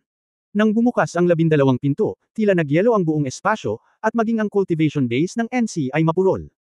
Ang sagradong aura na kakaakyat lang sa sarili ay agad na muling pinigilan. Sa maraming pagkakataon, kapag nakaharap mo ito malalaman mo kung saan namamalagi ang puwang. Walang paglalarawan ang makapaglalarawan sa pakiramdam ng kabaitan sa oras na ito. Sa mahabang panahon, nasanay na siyang maging unang tao, kahit natalo siya kay Tang Wulan noon, dahil sa sarili niyang habang buhay kaya hindi niya talaga natalo si Tang Wulan. Ngunit sa sandaling ito, nakaharap sa Underworld King na si Daoluo Hallosa, nakaramdam siya ng taos-pusong pakiramdam ng kawalan ng kapangyarihan. Masyadong malakas ang kabilang partido. Bumukas ang mga pintuan, at lumabas ang 12 tao mula sa 12 pintuan. Bawat isa sa kanila ay nakasuot ng mabibigat na baluti na nakatikip sa buong katawan, tanging ang mga mata lamang ang madilim na asol. Ang mga baluti sa 12 lalaki ay pawang itim at kulay abo, at ang kanilang mga katawan ay naglalabas ng kulay abong wolfberry. Shield sa kaliwang kamay at epee sa kanang kamay. Ang kalasag mismo ay parang ulo ng halimaw, at ang kalasag ng lahat ay iba. Ang taas ng mga taong ito ay halos 4 na metro, at ang mabigat na baluti ay nagbibigay sa mga tao ng napakalakas na pakiramdam ng pang-aapi. Ang pinakanakapangangilabot sa pakiramdam ni Tang Wulan ay sa ilalim ng mga paa ng mga taong ito na parang kabalyero na nakasuot, lahat sila ay may mga aura, at ang bawat isa ay iba-iba rin. Ito ang unang pagkakataon na nakita ni Tang Wulan ang mga istilong halo na iyon, ngunit hindi peke ang aura. Ito ay malinaw na ang halo ng battle armor domain na mayroon ng 3 character battle armor. Sa madaling salita, mula sa 12 bukas na pinto, lumabas ang 12 makapangyarihang lalaki na may 3 karakter na sandata sa labanan. Walang hininga ng buhay sa kanila. Ang tanging nakikita at hindi natatakpan ng baluti ay ang kanilang mga mata. Ang kanilang mga mata ay ipinakita sa madilim na asul, na may mahinang daloy ng liwanag mula sa mga sulok ng kanilang mga mata. Ang kamatayan ang patutunguhan ng lahat. Kasabay nito, itinaas nila ang kanilang mabibigat na espada ng mataas at umungal sa langit. Kasabay ng dagandong na ito, ang orihinal na kulay abong Underworld Rebirth Field ay biglang naging kakaibang dark blue, at ang lahat ng maliwanag na sagradong dragon ay tumigas sa isang iglap. Bumagsak ng husto ang hininga. Maging ang Golden Dragon Furry Domain ni Tang Wulan ay tila napigilan dahil sa kanilang hitsura. Patayin! Sigaw ni Pluto King Daoluo Halosa sa malalim na boses. Ang utos ng emperador ay ang gabay ng kaluluwa. Sigaw ng 12 kakaibang tao sa malalim na boses. Kasabay nito, itinayo niya ang kalasag sa kanyang kaliwang kamay at sumugod sa gitna mula sa 12 direksyon sa parehong oras. Sila ang aking 12 Death Knight. Unti-unti silang nag-evolve mula sa inisyal na skeleton form hanggang sa kasalukuyang antas. Bawat isa ay katumbas ng isang Super Daoluo. Tanggapin ang isang Death Fist. Ang bersyon ng ebolusyon ng Underworld Rebirth Domain, ang kapistahan ng kamatayan, bukas. Hindi napigilan ni Tang Wulan at Fuji ngunit ang kanilang mga ekspresyon ay nagbago ng husto sa oras na ito. Nakatagpo din sila ng isang malakas na lalaki noon, ngunit ito talaga ang unang pagkakataon na humarap sila sa isang antas tulad ng Pluto Daoluo. Walang alinlangan, ang Pluto Daoluo na ito ay hindi talaga nagsimulang maging todo hanggang sa sandaling ito. Ngunit kahit anong tingin mo dito, ang kabaitan ay medyo hindi mapaglabanan. Palihim na bamantong hininga si NC sa kanyang puso, alam niyang hindi siya maaaring magkaroon ng anumang reserbasyon, kung hindi, lalo pa kung kaya niyang panatilihin si Tang Wulan, kahit na kaya niyang panatilihin ang kanyang sarili, hindi siya sigurado. Kanang daliri sa langit, kaliwang daliri sa lupa. Dahan-daang bamantong hininga at sinabing, maluwalhati ang langit at lupa. Sa himpapawid at sa lupa, biglang lumiwanag ang dalawang kumpol ng liwanag, at kasabay nito, lumiwanag din ang dibdib ni NC, na parabang isang gintong araw ang biglang lumitaw sa kung saan. Ang gintong halo ay kumalat, at pagkatapos ay biglang lumitaw ang dalawang gintong ilaw, na kumalat sa direksyon ng Underworld King na si Daoluo Harosa. Ang dalawang sinag ng liwanag ay kumakalat sa hugis ng pamaypay, na tila sumasakop sa isang malaking lugar, ngunit dahil sa hitsura nitong gininto ang liwanag, ito ay ganap na nagbibigay sa mga tao ng pakiramdam ng pag-asa. Itinaas lang ni Harosa ang rapier sa kamay niya. Biglang nagbago ng bahagya ang mukha niya at parang teleport ang kanyang katawan. Hamampas siya ng mahigit 100 metro at nagmamadaling lumabas sa lugar na sakop ng dalawang gintong sinag ng liwanag. Ang banggaan ng Ultimate Daoluo, ang mga energy field ng kani-kanilang field ng magkabilang panig ay naghila sa isa't isa, at tila wala silang sense ng bilis at lakas na mayroon si Tang Wulan sa labanan ng Five Gods. Ngunit ito ay isang galaw na gumagalaw sa buong katawan. Kapag passive, posibleng durugan hanggang mamatay ng kalaban. Ito rin ang dahilan kung bakit pinipigilan ni Pluto Daoluo Halosa ang kabaitan mula nang siya ay lumitaw. Isang gintong liwanag ang lumabas mula sa gitna ng dalawang kumakalat na gintong sinag. Ang hanay ng mga gintong sinag ng liwanag ay ang saklaw ng pag-atake nito. Muntik nang makaalis si Harosa sa hanay na iyon bago niya ito hinayaang mangyari, ngunit ang kanyang mga Death Knight ay sumugod mula sa lahat ng direksyon. Sa direksyong ito, 3 Death Knight ang nakabalot dito. Ding! Sa malutong na tunog, sabay na tumigas ang 3 Death Knight, at may gintong marka sa kanilang mga katawan. Ang mga kulay abo-itim na sinag ng liwanag ay tumalsik sa kanilang mga katawan, pinipiga ang mga gintong linya at nakasandal sa isa't isa, ngunit sila ay tumigil ng tuluyan. Tila hindi ito nakita ng kabaitan, at muling binago ang direksyon nito, at muling kumalat ang dalawang gintong sinag ng liwanag. Ito ay banayad na sagradong Dragon Slash. Ang tila mabagal na pag-atake, sa katunayan, ay may dalawang malalim na kahulugan ng liwanag at espasyo. Kung hindi dahil kay Harosa, imposibleng maiiwasan ng iba ang dalawang nakaunat na gininto ang sinag ng liwanag sa harap ni Kindness, at tatalbog lamang pabalik na parang nakasampa sa pader. Nang kaharap si Tang Wulan, hindi niya ginamit ang hakbang na ito, dahil ang lakas ng pag-atake ng Bright Sacred Dragon Slash ay masyadong malakas, at kung ang isa ay hindi maganda, direkta niyang pinatay si Tang Wulan sa mismong lugar. Ngunit sa oras na ito, na nakaharap sa napakalakas na Pluto Daoluo, natural na walang ganoong bawal. Ang Light Sacred Dragon Slash ay isang pag-atake na pinipiga ang sariling kapangyarihan ng kaluluwa sa sukdulan at palabas. Sa tuwing gagamitin mo ito, kailangan mong makaipon ng enerhiya, iyon ay, ang proseso ng pagkalat ng gininto ang liwanag, ngunit sa sandaling ito ay ibinubuga, ang kapangyarihan ay walang kapantay. Malamig na tinignan ni Harosa si Grace, biglang nagbago ang hininga niya. Kaagad pagkatapos, ang kanyang kulay abong figure ay biglang nawala. Sa langit, biglang lumitaw ang kulay abong liwanag, sa ibabaw lang ng ulo ni NC. Kumalat ang liwanag mula sa hangin hanggang sa umabot sa tuktok ng ulo ni NC. Sa sumunod na sandali, lumitaw ang kulay abong liwanag at anino. Inalog-alog ni NC ang kanyang katawan, sinusubukang gamitin ang space control na katulad ng teleportang para umiwas, ngunit ang kulay abong liwanag ay tila nakalock sa kanyang katawan, at imposibleng maiwasan ito. Boom! Sa unang pagkakataon, ang dalawang extreme Daoluo ay nagbanggaan ng buong buo. Ang gininto ang liwanag na kumakalat palabas ay agad na nawasak, ang sagradong liwanag sa katawan ni NC ay bumagsak ng husto, at ang dalawang figure ay naghiwalay, na halatang medyo napahiya siya. Hinawakan ni Pluto Daoluo Halosa ang manipis na espada sa magkabilang kamay, at ang sandata ng labanan sa kanilang dalawa ay sumambulat ng may maningning na liwanag. Sa kislap ng hubog ng katawan, muling naglaho si Halosa. Sa pagkakataong ito, libu-libong kulay abong sinag ang lumitaw sa paligid ng katawan ni NC. Namumula ang mukha ni NC, umikot ang kanyang mga kamay, ang walang katulad na sagradong sandata ng labanan ng dragon sa kanyang katawan ay pumukaw ng isang malakas na puting liwanag, at tila may kung ano sa puting liwanag na iyon. Salubungin mo siya. Boom! Nagkaroon ng isa pang dagandong, isang mabait na bamantong hininga, at isang kulay abong daloy ng hangin ang bumulwak sa kanyang bibig, at ang puting maskara sa paligid ng kanyang katawan ay nagkawatak-watik din.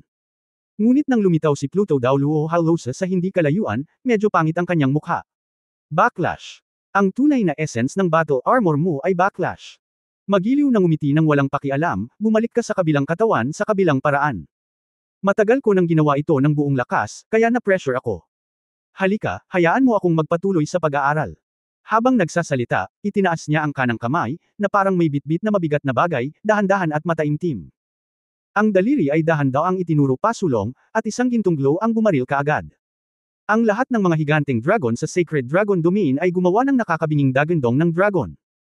Sa sandaling iyon, nawala silang lahat, dahilan para mawala ang target ng pag-atake sa mga nilalang ng Underworld. Ang mga pag-atake ng Siyam na Death Knight na sumugod na sa grupo ng mga dragon ay dumaong lahat sa bakanteng espasyo. Ang ekspresyon ni Halosa ay patag pa rin, at siya ay gumawa ng isang sliding hakbang pasulong, at ang repair sa kanyang kamay ay agad na itinuro. Sa sandaling iyon, tila siya ay naging kulay abong kidlat, na nabangga sa gintong liwanag na sinindihan ng kabaitan. Keng! Tumunog ang Metal Symphony. Muling umungol ang kabaitan, at muling lumitaw si Halosa sa posisyon ng pagkakabangga. Sa susunod na sandali, siya ay naging isang kulay abong streamer, at naglunsad ng isang galit na pag-atake tungkol sa kabaitan. Sa oras na ito, sina Tangwulan at Smiling Daoluo Hujia ay nasa laban na. Ang marahas na domain ng Golden Dragon ay namumulaklak, at naramdaman ni Tangwulan ang pinakamalinaw sa sandaling nawala ang Holy Dragon Domain.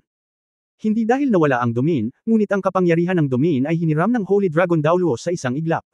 Gamitin ang kapangyarihan ng domain para atakehin ang Pluto Daoluo. Noong una ay naisip niya na sa pagkakataong ito ay maaaring mablock man lang ang pag-atake ni Pluto Daoluo, ngunit hindi alam ng Pluto Daoluo kung anong kapangyarihan ang ginamit niya, at talagang pinigilan niyang muli ang kabaitan ng Holy Dragon Daoluo. Ang lakas talaga ng isang ito. Kailangan mo siyang tulungan. Dahil walang nakakaalam kung gaano katagal makakatagal si Shenlong Daoluo. Ang gintong liwanag ay kumikislap, at ang Dragon Moon Language Battle Armor ay agad na tumakip sa buong katawan. Ang mga asul at gintong dragon ay bumangon mula sa paanan ni Tangwulan at tumangay patungo sa mga nilalang sa ilalim ng mundo sa lahat ng direksyon. Ang mga nilalang sa ilalim ng mundo mismo ay puno ng labis na mayamang hininga ng kamatayan, tila tinataboy nila ang buong mundo, nang walang hininga ng buhay. Bilang isang anak ng kalikasan, si Tangwulan ay ipinanganak na may matinding pagkasuklam. Bilang karagdagan sa tatlong Death Knight na tinamaan ng Holy Dragon Daoluo na lumalaban pa rin laban sa gininto ang liwanag sa kanilang mga katawan, ang iba pang Siyam na Death Knight ay pinangunahan ang hukbo ng Underworld na sumugod sa kanila. Walang alinlangan, ang kanilang layunin ay ang kanilang sarili. Nang hindi gumagamit ng enerhiya sa pag-atake, kumislap ang figure ni Tangwulan, at lumapit siya sa isang mala-zombie na nilalang sa Underworld, itinutok ang isang mahabang sibat sa kanyang kamay, at tinusok ang dibdib ng zombie. Napakabilis ng kanyang bilis, ang mga zombie ay may oras lang na lumaban gamit ang kanyang palad. Ang kulay abong agos ng hangin sa kanya ay hindi nakaharang sa talas ng Golden Dragon Spear, at ang Golden Dragon Spear ni Tangwulan ay dumaan sa kanyang dibdib na may malambot na poof. Ngunit ang mga nilalang sa ilalim ng mundo ay talagang mabangis.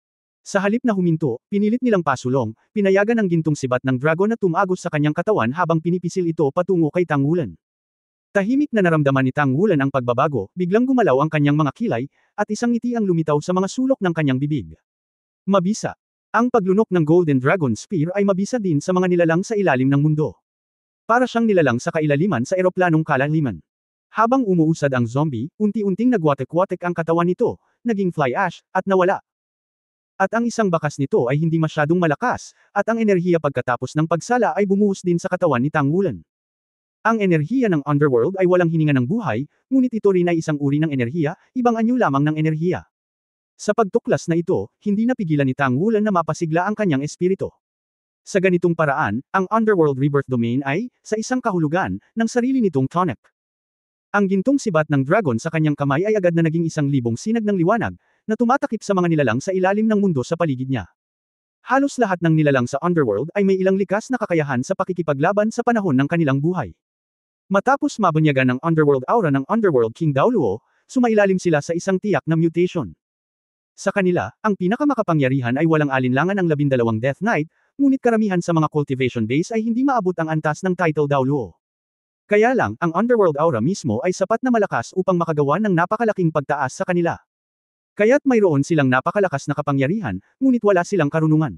Sila ay ganap na lumalaban sa pamamagitan ng kanilang fighting instincts. Nang ang Blue Silver Emperor ay namumulaklak at ang mga asul at pilak na spike ay nagkasalikop, 12 ng mga nakapaligid na nilalang sa Underworld ang agad na nahuli ng Blue Silver Emperor, at ang bumati sa kanila ay ang Golden Dragon Spear ni Tang Wulan. Matapos ang desisyon ng 5 Diyos, ang lakas ni Tang Wulan ay gumawa ng malaking pagunlad, at ang kanyang iba't ibang kakayahan ay unti-unting nagsanib at umunlad sa direksyon ng pagkakaisa. Maging ito ay lakas, karanasan, o kamalayan, lahat sila ay napabuti ng higit sa isang antas. Ang sibat ng gintong dragon ay tumusok, at ang mga sinag ng sibat ay hindi mukhang kasing lakas ng dati, ngunit ang kanilang lakas na tumagos ay lubos na pinahusay. Ito ang kanyang buod matapos na harapin ang 5 Elements Divine Needle ni Tung Yu, mas siksik at payat ang pag-atake, mas malakas ang tumagos na kapangyarihan. Gaano man kalakas ang atake, kailangan muna nitong tumagos sa depensa ng kalaban para maging mabisa. Sa pamamagitan ng malakas na mental na kapangyarihan at pisikal na kakayahang kontrolin, una niyang nakumpleto ang ilang mga pagpapabuti sa kanyang mahusay na pagmamarka.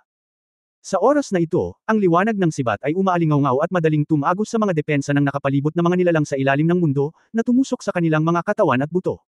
Pakinggan ang kabanatang ito. Ang mga nilalang sa ilalim ng mundo na nasaksak ay naapektuhan ng paglunok ng Golden Dragon Spear, at halos agad na naging fly ash. Dahil masyadong mabilis ang Golden Dragon Spear, makikita na kapag binawi ang Golden Dragon Spear, may mga slender white lines. Lilipad ang liwanag mula sa mga nilalang na iyon sa Underworld, mag-drill sa Golden Dragon Spear, at pagkatapos ay sasalain at ibabalik sa Tang Wulan. Si Tang Wulan ay humakbang pasulong, ang gintong sibat ng dragon sa kanyang kamay ay tumusok na parang kidlat, siya ay parang isang gintong parkupino, saan man siya dumaan, malalaking swath ng mga nilalang sa Underworld ay gumuho at naging alikabok. Sa sandaling ito, ang harapan niya ay biglang nawalan ng laman, at kaagad pagkatapos, naramdaman ni Tang Wulan ng isang nakalulungkot na puwersang mapang-api na agad na pumipintig pataas na parang bundok. Hindi na kailangang tumangala, alam din niyang nagmula ito sa isa sa 12 Death Knight at dumating sa kanya. Ang Death Knight ay mukhang napakalaki, ngunit ang kanyang bilis ay napakabilis. Ang kalasag ay kumikinang na may patay na kulay abong liwanag. Ang kahindik-hindik na ulo ng halimaw ay tila napili at kinakain. Inilagay ang kalasag sa kanyang harapan, at dumiretso siya kay Tang Wulan at tinamaan ito. Itinaas ni Tang Wulan ang kanyang ulo, ang gintong liwanag ay tumama sa kanyang mga mata. Sa sandaling ito, hindi siya umatras, isang gintong liwanag ang kumalat pasulong mula sa ilalim ng kanyang mga paa, ang kanyang mga pakpak ay biglang pumutok, ang gintong sibat ng dragon sa kanyang kamay ay umusad na parang kidlat, at dumiretso sa kalasag ng kalaban. Go, katawan at baril ay iisa. Ding, tumalbog si Tang Wulan sa malutong na tunog, ngunit ang gininto ang liwanag na kumakalat mula sa kanyang mga paa ay nagbigay din sa ibabaw ng baluti ng kalaban na may isang layer ng ginto, na pansamantalang nananatili sa lugar. Napakalakas ng depensa, lihim na nagulat si Tang Wulan. Ang depensa at lakas ng Death Knight ay hindi mas mahina kaysa sa kanya. Alam mo, ang isang normal na Super Daoluo ay talagang hindi kasing husay ng kanyang sarili sa mga tuntunin ng lakas. Sa kaso ng paggamit ng daan ng mga hari, napatalbog pa rin siya ng kalaban. May isip kung gaano kahanga-hanga ang kapangyarihan ng depensa ng kalaban. Sa talas ng Golden Dragon Spear, nag-iwan lang ito ng maliit na butas na halos 2 pulgada ang lalim sa kalasag ng kalaban. Sa sandaling ito, isang malakas na presyon ang dumating mula sa bawat panig, at 2 Death Knight ang dumating. Si Tang Wulan ang pangunahing target ni Pluto Daoluo Halosa, at ang 3 Death Knight ay halos mabilis na nakabuo ng nakakasakal na battle formation. Ang 2 higanteng espada na may malupit na sipol, tinatakan ang ruta ng pag-iwas ni Tang Wulan, ang talas ng higanteng espada, maging ang hangin ay sumisigaw saan man ito dumaan. Hindi lamang iyon, kasama ang Death Knight na nakaangkla ni Tang Wulan, ang halo sa paanan ng 3 Death Knight ay sabay na namumulaklak, at ang larangan ng Battle Armor ay natakpan si Tang Wulan. Ito ang Battle Armor domain ng 3 Battle Armor Masters. Ang mga mag-aaral ni Tang Wulan ay biglang lumiit, at ang mga patong ng gintong halo na parang malalaking bulaklak sa ilalim ng kanyang mga paa ay agad na naging pula, ang Blood Golden Dragon domain. Biglang tumunog ang halos mabaliw na dagandong ng dragon. Sa sandaling ito, lumiwanag din ang kaliskis ng Silver Dragon King sa leeg ni Tang Wulan, at ang lamig ay sumanib sa espiritual na mundo, at pinigilan ng mga Diyos ng yelo ang kaluluwa, hindi ito hinayaan. Naapektuhan siya ng Blood Golden Dragon Realm. Ang Dragon Moon Language Battle Armor ay naging pulang ginto, at sa nakakabaliw na pag-iisip na iyon, ang Blood Golden Dragon Realm ay biglang naging maliwanag na pula ang bahagi ng Underworld Rebirth Realm. Ginagawa ng crazy ang mga tao na puno ng kapangyarihan, ang walang humpay na pag-iisip, walang kapantay na pagmamataas, sa sandaling ito ang lahat ay nagbago sa mas malakas na puwersa. Sa puso ni Tang Wulan, may ideya na hindi na umamin ng pagkatalo. Gaano man kalakas ang kalaban, tila hindi niya napigil ang sumulong sa sandaling ito. Ang kanyang kaliwang paa ay biglang humakbang pasulong, at ang gintong sibat ng dragon sa kanyang kanang kamay ay bumaril na parang kidlat. Ilagay ang lahat ng itlog sa isang basket. Sa ganitong sitwasyon na kinubkob ng tatlong panig, hindi muna niya nilabanan ang epee mula sa magkabilang panig, ngunit direktang itinapon ang kanyang gintong sibat na dragon. Ang Golden Dragon Spear ay pinalakas ng Blood Golden Dragon Realm, at naglabas ng madugong liwanag sa hangin, na halos agad na dumating sa harap ng Death Knight na pansamantalang inilagay sa lugar ng Tang Wulan King's Road. Ito pa rin ang posisyon ng maliit na butas na tinusok nito kanina, na may poof. Ang katawan ng Death Knight na mahigit 4 na metro ay direktang lumipad palabas ng higit sa 10 metro, tumama sa isang malaking piraso ng nilalang sa ilalim ng mundo, at marahas pa itong ipinako sa lupa. Kasabay nito, tinapakan ni Tang Wulan ang kanyang kanang paa sa lupa, at sa mabangis na dagandong ng dragon, 8 higanteng Scarlet na dragon ang bumangon sa kalangitan at hinamplas ang dalawang Death Knight, na hamarang sa kanilang pag-atake. Hinamplas ni Tang Wulan ang kanyang mga pakpak sa likod niya, at lumipad ang gintong dragon. Agad na sumugod sa cross-attack ng dalawang Death Knight, at naabutan ang kanyang Golden Dragon Spear. Alam mo, ang pinakanakakatakot na bagay tungkol sa Desperadong ay na maaari nitong paikliin ang lahat ng kanyang kapangyarihan sa isang suntok, na siyang perpektong kombinasyon ng espiritu, enerhiya at espiritu. Sa pagbuti ng sariling lakas ni Tang Wulan, ang kapangyarihan ng Desperadong taya na ito ay natural ding napabuti ng husto. Sa oras na ito, nang ang desperado na pagkilos ay ganap na gumamit ng kapangyarihan nito, nagbunga ito ng napakalakas na pakiramdam ng paningin, na parabang ang Death Knight ay mahina sa kanyang harapan. Ngunit sa parehong paraan, ang pagpapakawala ng isang desperadong hakbang ay nangangahulugan na ang lahat ng sariling lakas ni Tang Wulan ay ilalabas, at ang kanyang lakas ay lubos na mababawasan, at hindi ito magiging posible na makabawi kahit man lang sa maikling panahon. Bago ang pagbabago, hindi kailanman madaling gamitin ni Tang Wulan ang kanyang desperado na kakayahan upang ilunsad ang gayong mapagpasyang suntok sa simula ng labanan. Ngunit sa ilalim ng impluwensya ng Blood Golden Dragon Realm, ang kanyang puso ay puno ng pagmamataas at kawalang kilos. Hindi lang nahulog ang utak niya sa kabaliwan na uhaw sa dugo, naging mas matino pa ito kaysa dati, kundi mas malamig pa. Hawak ang Golden Dragon Spear sa kanyang kanang kamay, ang lumalakas na enerhiya na parang fountain ay agad na sumugod sa katawan. Iyon ang kapangyarihan ng Death Knight na natagos. Ang mismong Death Knight na ito ay isang super Daoluo level powerhouse, kahit na na-filter ang enerhiya, sapat na ito upang madagdagan si Tang Wulan. Siyempre, ang saligan ay maaaring tumagos ang gintong dragon na sibat sa katawan nito at talagang makukumpleto ang paglamon. Walang alinlangan, tapos na si Tang Wulan sa oras na ito, at desperado siyang kunin ang Golden Dragon Spear. Kapag malakas na ang kalaban, sapat na iyon para maibalik ang dati niyang konsumo. Ito ay isang mapanganib na laban at nangangailangan ng lubos na tumpak na paghatol. Kung ang sibat ng gintong dragon ay hindi makapasok sa katawan ng kalaban, kung gayon ang lahat ng kanyang ginawa ay magiging walang kabuluhan. Ito rin ay isang pagpapakita ng lakas sa parehong oras. Sa harap ng malakas na lakas, ang lahat ay walang kabuluhan. Ito ay isang tagumpay. Ang Cursed Death Knight, ang asul na liwanag sa kanyang mga mata ay lumabo sa isang iglap, at ang mabait na hari ng underworld na si Daoluo Halosa, nakatatapos lang nalaslas ng espada sa di-kalayuan, ay biglang yumanig sa kanyang katawan, at ang kapangyarihan ng underworld na umaatake sa Holy Dragon Daoluo ay halatang nawala. Nang hina ang isang linya, ibinaling ang kanyang ulo upang tingnan si Tang Wulan, ang kanyang mga mata ay biglang sumambulat sa isang hindi pa nagagawang matinding hangarin na pumatay. Sa isang iglap, naramdaman na lamang ni Tang Wulan na ang kanyang kaluluwa ay nagyelo, at maraming emosyonal na pagbabago ang biglang lumitaw sa kanyang puso. Hindi niya ito sariling emosyon, ngunit malinaw niyang nararamdaman ang emosyon ni Pluto Daoluo Halosa sa sandaling ito. Ito ay isang siklab ng galit. Sa galit at kabaliwan na iyon, tila may malungkot na sarap. Minsan, noong halos iwanan na siya ng buong mundo, isang puwersa lang ang umalalay sa kanya. Sa tabi niya, 12 lang ang magka-partner. Bagamat wala silang tunay na karunungan, lagi nila siyang binabantayan at nilalabanan ang malalakas na kalaban para sa kanya. Hindi ko alam kung ilang beses nilang ginamit ang kanilang mga katawan para harangin ang pag-atake ng kalaban at iligtas ang kanyang buhay. Hindi ko alam kung ilang beses iyon, ngunit inilabas nila siya mula sa pagkubkob patungo sa isang ligtas na lugar. Sila ang kanyang 12 Death Knight, gayon din ang kanyang 12 kapatid. Sa puso ni Pluto Dauluo Halosa, halos lahat ng pagmamahal at pagkakaibigan ng pamilya ay kabilang sa 12 Death Knight na ito. Mas willing siyang makasama sila, kahit kailan, sila ang pinakatapat niyang subordinate, partners, brothers. Lagi nila siyang binabantayan. Bagaman ang Halosa ay may hindi mabilang na mga paraan upang buhayin ang patay na Death Knight. Gayunpaman, sa tuwing sila ay papatayin ng kaaway, si Halosa ay mahuhulog sa isang hindi pa nagagawang estado ng kabaliwan. Ngunit ang tinitiis ni Tang Wulan sa panahong ito ay si Halosa sa ganitong estado. Mag-ingat ka. Magiliw na bulalas. Hinuyam niya ang kanyang kaliwang kamay at nagpasabog ng suntok, sinusubukang pigilan si Pluto Dauluo, ngunit hindi man lang siya nilingan ni Halosa, hinayaan niyang bumagsak sa kanyang likod ang kamao na may sagradong aura. Naramdaman na lang ni NC na may lumitaw na puyo sa likod ng Pluto Dauluo Halosa, at ang kapangyarihang napasok niya ay agad na naapektuhan ng puyo ng tubig, nagkalat at natunaw, itinapon sa paligid, at sabay hiniram ang isang bahagi nito. Sa susunod na sandali, dumating na si Halosa sa harap ni Tang Wulan.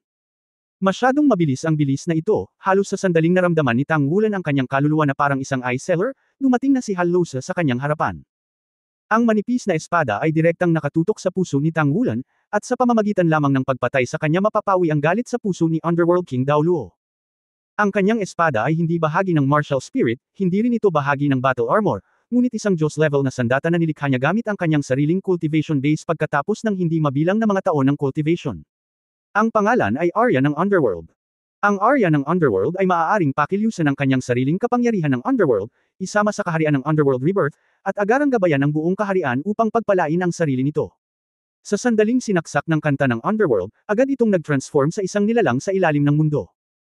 Ang pinaka-nakakatakot na kakayahan ng pag-awit ng Underworld ay tinatawag na Baichuan, na nangangahulugan na maaari itong tumagos sa depensa ng 100 Diyos sa isang iglap. Ang 79 na antas ay isang limitasyon ng Daoluo, ang konsepto ng 100 antas ay hindi umiiral, at lampas sa 79 na antas, ito ay isang paninirang puri sa Diyos. Pinangalanan ni Pluto Daoluo Halosa ang kanyang sariling katangian ng sandata bilang Baichuan, na nangangahulugang maaari niyang maarok ito kahit nasa harap ng paninirang puri mula sa mga Diyos. Ito rin ang dahilan kung bakit ang dati niyang tila magaan na slash ay nagawang matroma ang makapangyarihang smilang Daoluo sa kanyang katawan.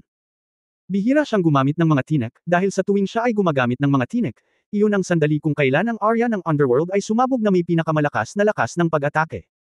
Ang kaluluwa ay tila natagos, si Tang Wulan ay hindi man lang nagkaroon ng pagkakataong umiwas, ang bilis ng kalaban ay napakabilis. Ang isang walang ulira na pakiramdam ng kawalan ng kapangyarihan ay kumalat sa buong katawan, napakalakas, ito ba ang tunay na kapangyarihan ng limit Daoluo? Matagal na panahon na rin simula nang maramdaman kong malapit na akong mamatay. Nang kaharap si Kilin Daoluo Tangyo, kahit na ang 5 Elements Magic Needle ay nagbanta sa kanyang buhay, isa lamang itong banta. Sa harap ng 5 Elements Magic Needle, nagawa ni Tang Wulan ang isang mahinahong tugon sa isang iglap. Ngunit sa sandaling ito, kapag nahaharap sa desperadong dagok ng Underworld King na si Daoluo Halosa, hindi niya ito magawa. Parang na-freeze ang buong pagkatao niya doon ng kalaban, at hindi man lang nakaiwas. Panoorin ko na lang ang repair ng kabilang side na tumutusok sa puso ko. Masyadong mabilis ang buong proseso, walang makakapigil dito, huli na ang kabaitan, at huli na si Smilang Daoluo. Ang pakiramdam ng kawalan ng kapangyarihan ay kumalat sa buong katawan niya, at sa unang pagkakataon ay pumasok sa isip ni Tang Wulan ang kaisipang, mamamatay na ba ako? Sa sandaling ito, isang banal na liwanag ang bumaba mula sa langit, at ang sagradong liwanag ay bumaha sa buong espasyo sa isang iglap. Ang katawan ni Tang Wulan ay umatras ng 100 metro mula sa manipis na hangin, at sa kanyang lugar, ang liwanag at anino ng isang 8 pakpak na anghel ay nabasag sa Underworld chant. Naramdaman lamang ni Tang Wulan ang init na kumalat sa buong katawan niya, at lahat ng nakaraang negatibong damdamin at ang estado ng pagyayelo ng katawan ay naibsan. Ang buong tao ay naibalik sa pinakamahusay na kondisyon. Ngunit kahit na ganoon, ang kanyang likod ay natatakpan ng malamig na pawis sa susunod na sandali. Ang matinding takot ay kumalat sa buong katawan. Holy Double! Ibinigay ito kay Tang Wulan ng banal na espiritu na si Daoluo Yali matapos malagpasan ang limitasyon ng Daoluo. Isang beses lang niya magagamit ang kakayahang ito, at sa wakas ay nailigtas ang buhay ni Tang Wulan sa pinakakritikal na sandali. Ang kadiliman sa kalangitan ay biglang naging maliwanag, isang araw ang lumitaw sa kalangitan, at ang malalakas na pag-awit ay kumalat sa buong madla. Ang lahat ng mga nilalang ng Underworld ay nagsimulang bumagal sa sandaling lumitaw ang himnong ito. Isang banal na liwanag ang bumaba mula sa langit, at sa bawat banal na liwanag ay may isang cute na maliit na anghel. Bumaba sila sa mundo, hinuhugasan ang kadiliman. Ang banal na liwanag ay nahulog kay Shenlong Daoluo NC, at siya ay ganap na naanod mula sa negatibong epekto ng pag-atake mula sa Underworld King Daoluo noon. Nahulog ito kay Smilang Daoluo at pinagaling ang pinsalang natamo niya noon. Sa likod ng bawat isa sa kanila, mayroong karagdagang liwanag at anino ng isang serapin, na puno ng banal na liwanag, at isang malaking halaga ng pagtaas ay natapos sa isang iglap. Ang cultivation base ng NC ay ang pinakamataas, at ang epekto ng pagtaas ay natural na ang pinakamahusay. Ang banal na liwanag ay nagniningning, at ang kanyang walang kapantay na sagradong dragon ay bumubulusok ng may maningning na kinang. Sa isang iglap, hinaranggan niya ang Hades Daoluo, at muling pumutok ang kanyang kanang kamao. Sa pagkakataong ito, muling nabuhay ang Qianlong the Feu Domain, at sa pag-ungol ng dragon ng hindi mabilang na mga dragon, isang hindi mapigil ang pakikipaglaban sa Underworld King Daoluo. Umatras ng kalahating hakbang si Grace, ang kanang kamao niya ay natusok ng chant ng Underworld, ngunit ang kamao na katatapos lang ay nakabawi sa ilalim ng liwanag ng banal na liwanag na pinakawala ng Seraphim sa kanyang likuran. Sa kabilang banda, ang Pluto King na si Daoluo Hallosa ay umatras ng 3 sunod-sunod na hakbang, at isang kulay abong-agos ng hangin ang damaloy sa kanyang maputlang mukha, na halatang malaking kawalan. Sa sandaling ito, bumulwak ang napakalaking sagradong liwanag mula sa lupa, at ang mga sagradong rune ay dumagsa sa mga nilalang na nasa ilalim ng mundo tulad ng tumpak na patnubay. Kahit nasa paanan ng mga Death Knight, sunod-sunod na lumitaw ang kakaibang puting magic circle, na nagiging puting liwanag sa kanilang debo, pansamantalang pinipigilan sila sa lugar at hindi kumikibo. Ang mukha ni Pluto Daoluo Hallosa ay biglang naging mahirap magmukhang, Holy Light Spiritual Array. Ikaw ba ang maliit na batang babae na si Yoli? Paano mo makakamit ang limitasyon? Isang malamig na boses ang umalingaw sa lahat ng direksyon, Hallosa, hindi ko inaasahan na buhay ka pa. Kung ano ang hindi nagawa ng mga ninuno noon, gawin natin. Sa kalangitan, ang malaaraw na pag-iral ay biglang nagliyab ng maliwanag, at ang mayaman at walang kapantay na sagradong liwanag ay naging mas matindi, na parabang mayroong napakalaking enerhiya na patuloy na namumuo. Hayaan mo lang na mabuhay ka ng ilang araw. Si Pluto King Daoluo Hallosa ay binigyan ng malamig na tingin si Tang Wulan sa malayo. Ang kulay abong-agos ng hangin ay tumakas, ang kanyang figure ay umatras na parang kidlat, at ang mga kulay abong aura ay lumitaw sa mga nilalang sa ilalim ng mundo. Sa ilalim ng aming mga paa, sumipsip sa kanila. Gusto mong pumunta? Magiliw na sumigaw si Qianlong Daoluo, humakbang gamit ang kanyang kaliwang paa, at binomba ng kanyang kanang kamao sa hangin. Nagtipon si Qianlong sa isang grupo ng maliwanag na ilaw. Dragon Domain. Ang pinakamalakas na pag-atake ni Qianlong Daoluo. Huminga ng masama si Pluto Daoluo Hallosa, ikaw lang ang gustong panatilihin ako. Kaya mo bang gawin ang hindi kayang gawin ng Heavenly Dragon Daoluo? Ang kanyang boses ay umalingaw sa hangin, at lahat ng nasa paligid niya ay biglang naging ethereal. Ang lahat ng mga nilalang sa Underworld ay tila naging mga agos ng hangin sa sandaling ito, at ang figure ni Hallosa ay nawala sa manipis na hangin. Ang aura na orihinal na nilak ni Qianlong Daoluo sa kanya ay nawala rin ng walang bakas sa isang iglap. Nanatili sa ere ang Dragon Region ng mahigit 10 segundo bago ito unti-unting kumupas. Nakangiting binantayan na ni Daoluo Hujia si Tang Wulan. Nagkatinginan ang dalawa, at parehong nagpakita ng matagal na takot.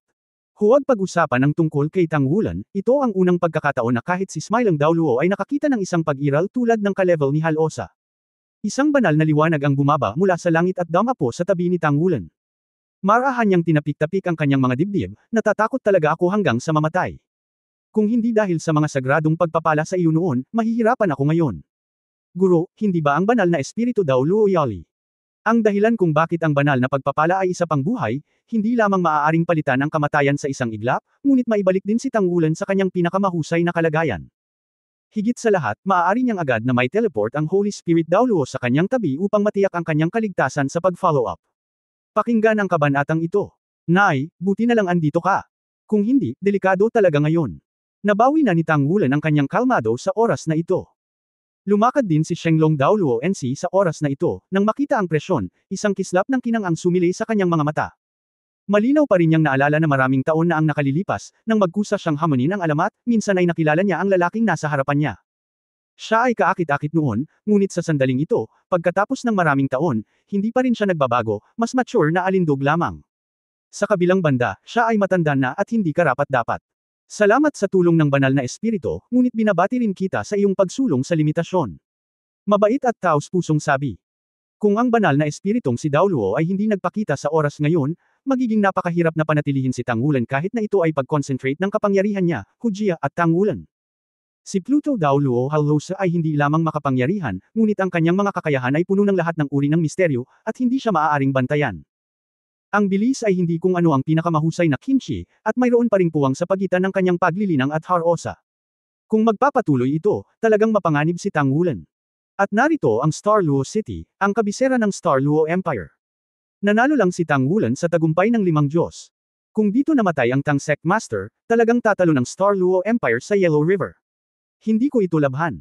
Sa kabutihang palad, ang banal na espiritong si Dao Luo ay dumating sa tamang oras, at halatang pinigilan ng kanyang kapangyarihan ng Pluto Dao Luo, at pinilit nitong umatras ang pinakamataas na kapangyarihan. Ang banal na Dragon Dao Luo ay magalang.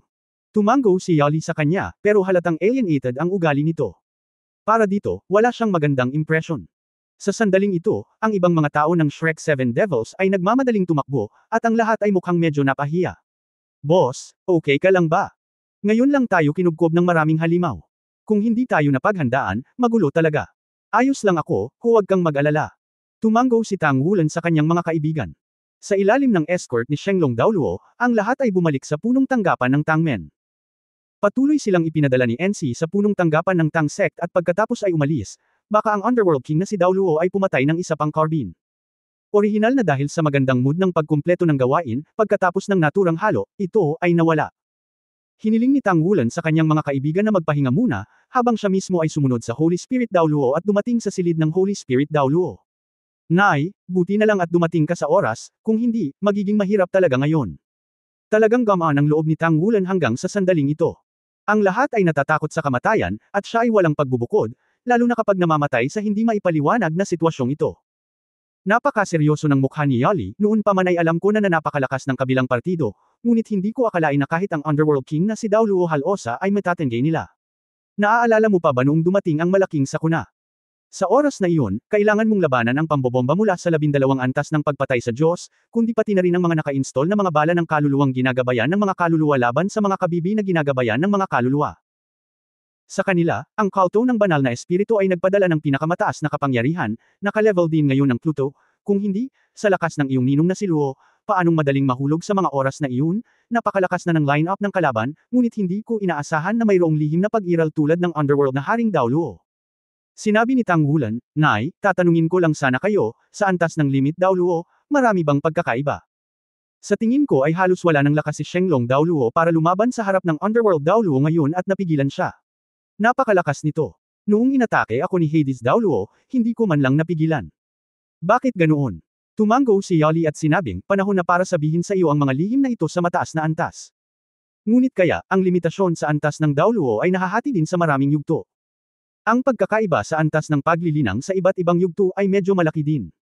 Sa aking antas, papasok pa lang ako sa limit Dao Luo. Ang prosesong ito ay tinatawag na metamorphosis, na siyang metamorphosis na unti-unting umalis sa antas ng panlasa ng tao, pagkatapos kung ma-appreciate ang prosesong ito. Bakit ang direksyon ng lahat ng extreme Dao Luo ay lumilipat patungo sa antas ng Diyos? Ito ay dahil talagang naranasan nila ang aura ng antas ng Diyos. Kasabay nito, pagkatapos malagpasan ang limit Dao Luo, ang aking buhay ay mapapabuti din. Nang marinig ang mga salitang ito, nagpakita ng ngiti si Tang Wulan sa unang pagkakataon pagkatapos ng gabing ito, na syempre ay magandang balita. Ang ibig sabihin talaga ng limit Adong Dao Luo na ang mga tao ay nilinang hanggang sa limitasyon. Ito ang kaso noong unang ipinakilala ang konseptong ito. Ngunit sa paglipas ng panahon, ang mga tao ay patuloy na umuunlad. Matapos maabot ang antas ng limitasyon ng Dao Luo, nahahati sila sa mas maliit. Kaharian. Ngunit ang maliliit na kaharian na ito ay maaaring aktwal na magsama ng parehong limitasyon sa paglilinang ng Dao Luo. Ang aking uri ng bagong dating sa limit Dao Luo, at nagsimulang mag-transform, ay tinatawag na isang quasi-demigod, na kilala rin bilang isang pseudo-demigod. Pagkatapos kong mag-transform at maging matatag, unti-unti na akong makakapasok sa hanay ng mga demigod. Ang ultimate Dao Luo ay nasa antas na ito. Tulad ngayon ng banal na dragon Dao Luo na kabaitan sa antas ng isang demigod. Ngunit mayroon ding ilan sa mga mapagmataas ng langit na, sa pamamagitan ng patuloy na pagsisikap at pag-unawa sa dakilang Dao, ay gumagawa ng mga tagumpay at pumasok sa ibang kaharian. Iyan ang antas ng Mala-Diyos, o Pseudo-Diyos. Pagkatapos lamang na maabot ang antas na ito, ang haba ng buhay ay magiging kung ikaw ay muling mag-upgrade, malamang na mabubuhay ka ng higit sa 300 taong gulang. Ang iyong ninong ay nasa kaharian na ito ngayon, at ikaw ay nasa sulutong ito. Pakiramdam na nahihirapan ang Holy Dragon Dao Luo sa harap ng Pluto Dao Luo na iyon. Dahil iyon sa pagkakaiba ng mga antas. Ang Pluto King na si Dao Luo Halosa ay ang guro ng iyong ninong, ang parehong henerasyong powerhouse ng nakaraang henerasyon ng Sigod Pavilion Master. Ang henerasyon ng Sigod Pavilion Master na si Chanjuo Dao Luo ay minsang nagsabi na ang Halosa ay negatibo sa mundo. Ang pinagsamang katawan ng hininga ay ang sugo ng Diyos na nagpaparusa sa ating mga tao sa pagsira sa kapaligiran ng kalangitan, tulad mo, ang Dao Luo Content. Isang pabor sa eroplano. Ano? Namamangha si Tang Wulan, Underworld King daw Luo ang pabor sa eroplano. Paano ito posible? Same time na sinabi ng banal na espiritu daw Luo, ito ay hindi imposible, at ito ay totoo. Ang Panginoon ng eroplano ay hindi lamang nangangailangan ng isang taong tulad mo na makapagpapanumbalik ng kalikasan, ngunit kailangan ding alisin ang kalabisan. Napakabilis ng ating pag-unlad ng tao. Ito ay halos hindi na makontrol ng Panginoon ng eroplano. Sa oras na ito, sadyang magdudulot din siya ng kaguluhan para sa ating mga tao, ngunit hindi lamang ang Panginoon ng tao ang dapat umunawa sa ating mga tao. Mga nilalang, tulad ng mga kaluluwang hayop sa harap nating mga tao, ngunit ngayon ang mga kaluluwang hayop ay nasa bingit na ng kanyang mga anak. Sa makatuwid, pinatunayan ng iyong amo na ang Hal-Osa na ito ay isinilang alinsunod sa utos ng langit. Ang underworld na aura na taglay niya ay lubhang kakaiba, at hanggang ngayon ay walang katulad na pag-iral. Hal-Osa mismo ay hindi masyadong masama, ngunit ang kakayahan niya ay labis na nakakatakot. Sa simula, kung ang Heavenly Favored daw Luo ay hindi umasa sa Shrek Academy, ito ay magiging background niya sa pangalawang pagkakataon sa kanyang background ng Shrek Academy. Ang Heavenly Favored daw Luo ay magkakaroon lamang sa limitasyon ng daw Luo sa antas ng isang demigod, ngunit sa pagtaas ng Golden Ancient Tree of the Sea God Pavilion, maaari din siyang pansamantalang tumaas sa antas ng isang Maladyos. Hanggang sa bumangon ang iyong ninong mamaya, nakamit niya ang Maladyos na antas na may pinakamabilis na bilis sa loob ng halos 1,000 taon, at natangay nito ang lahat ng mga demonyo at demonyo. Sa oras na iyon, nawala si Pluto daw Luo. Kaya, kahit nabuhay pa ang iyong ninong, sa isang one-on-one na sitwasyon, hindi mo masasabi na kaya mong manalo itong Pluto na ito. Kaya't hindi mo kayang pigilan ang Pluto na ito. Ngayon, gatlang M. For more videos, please like, share and subscribe.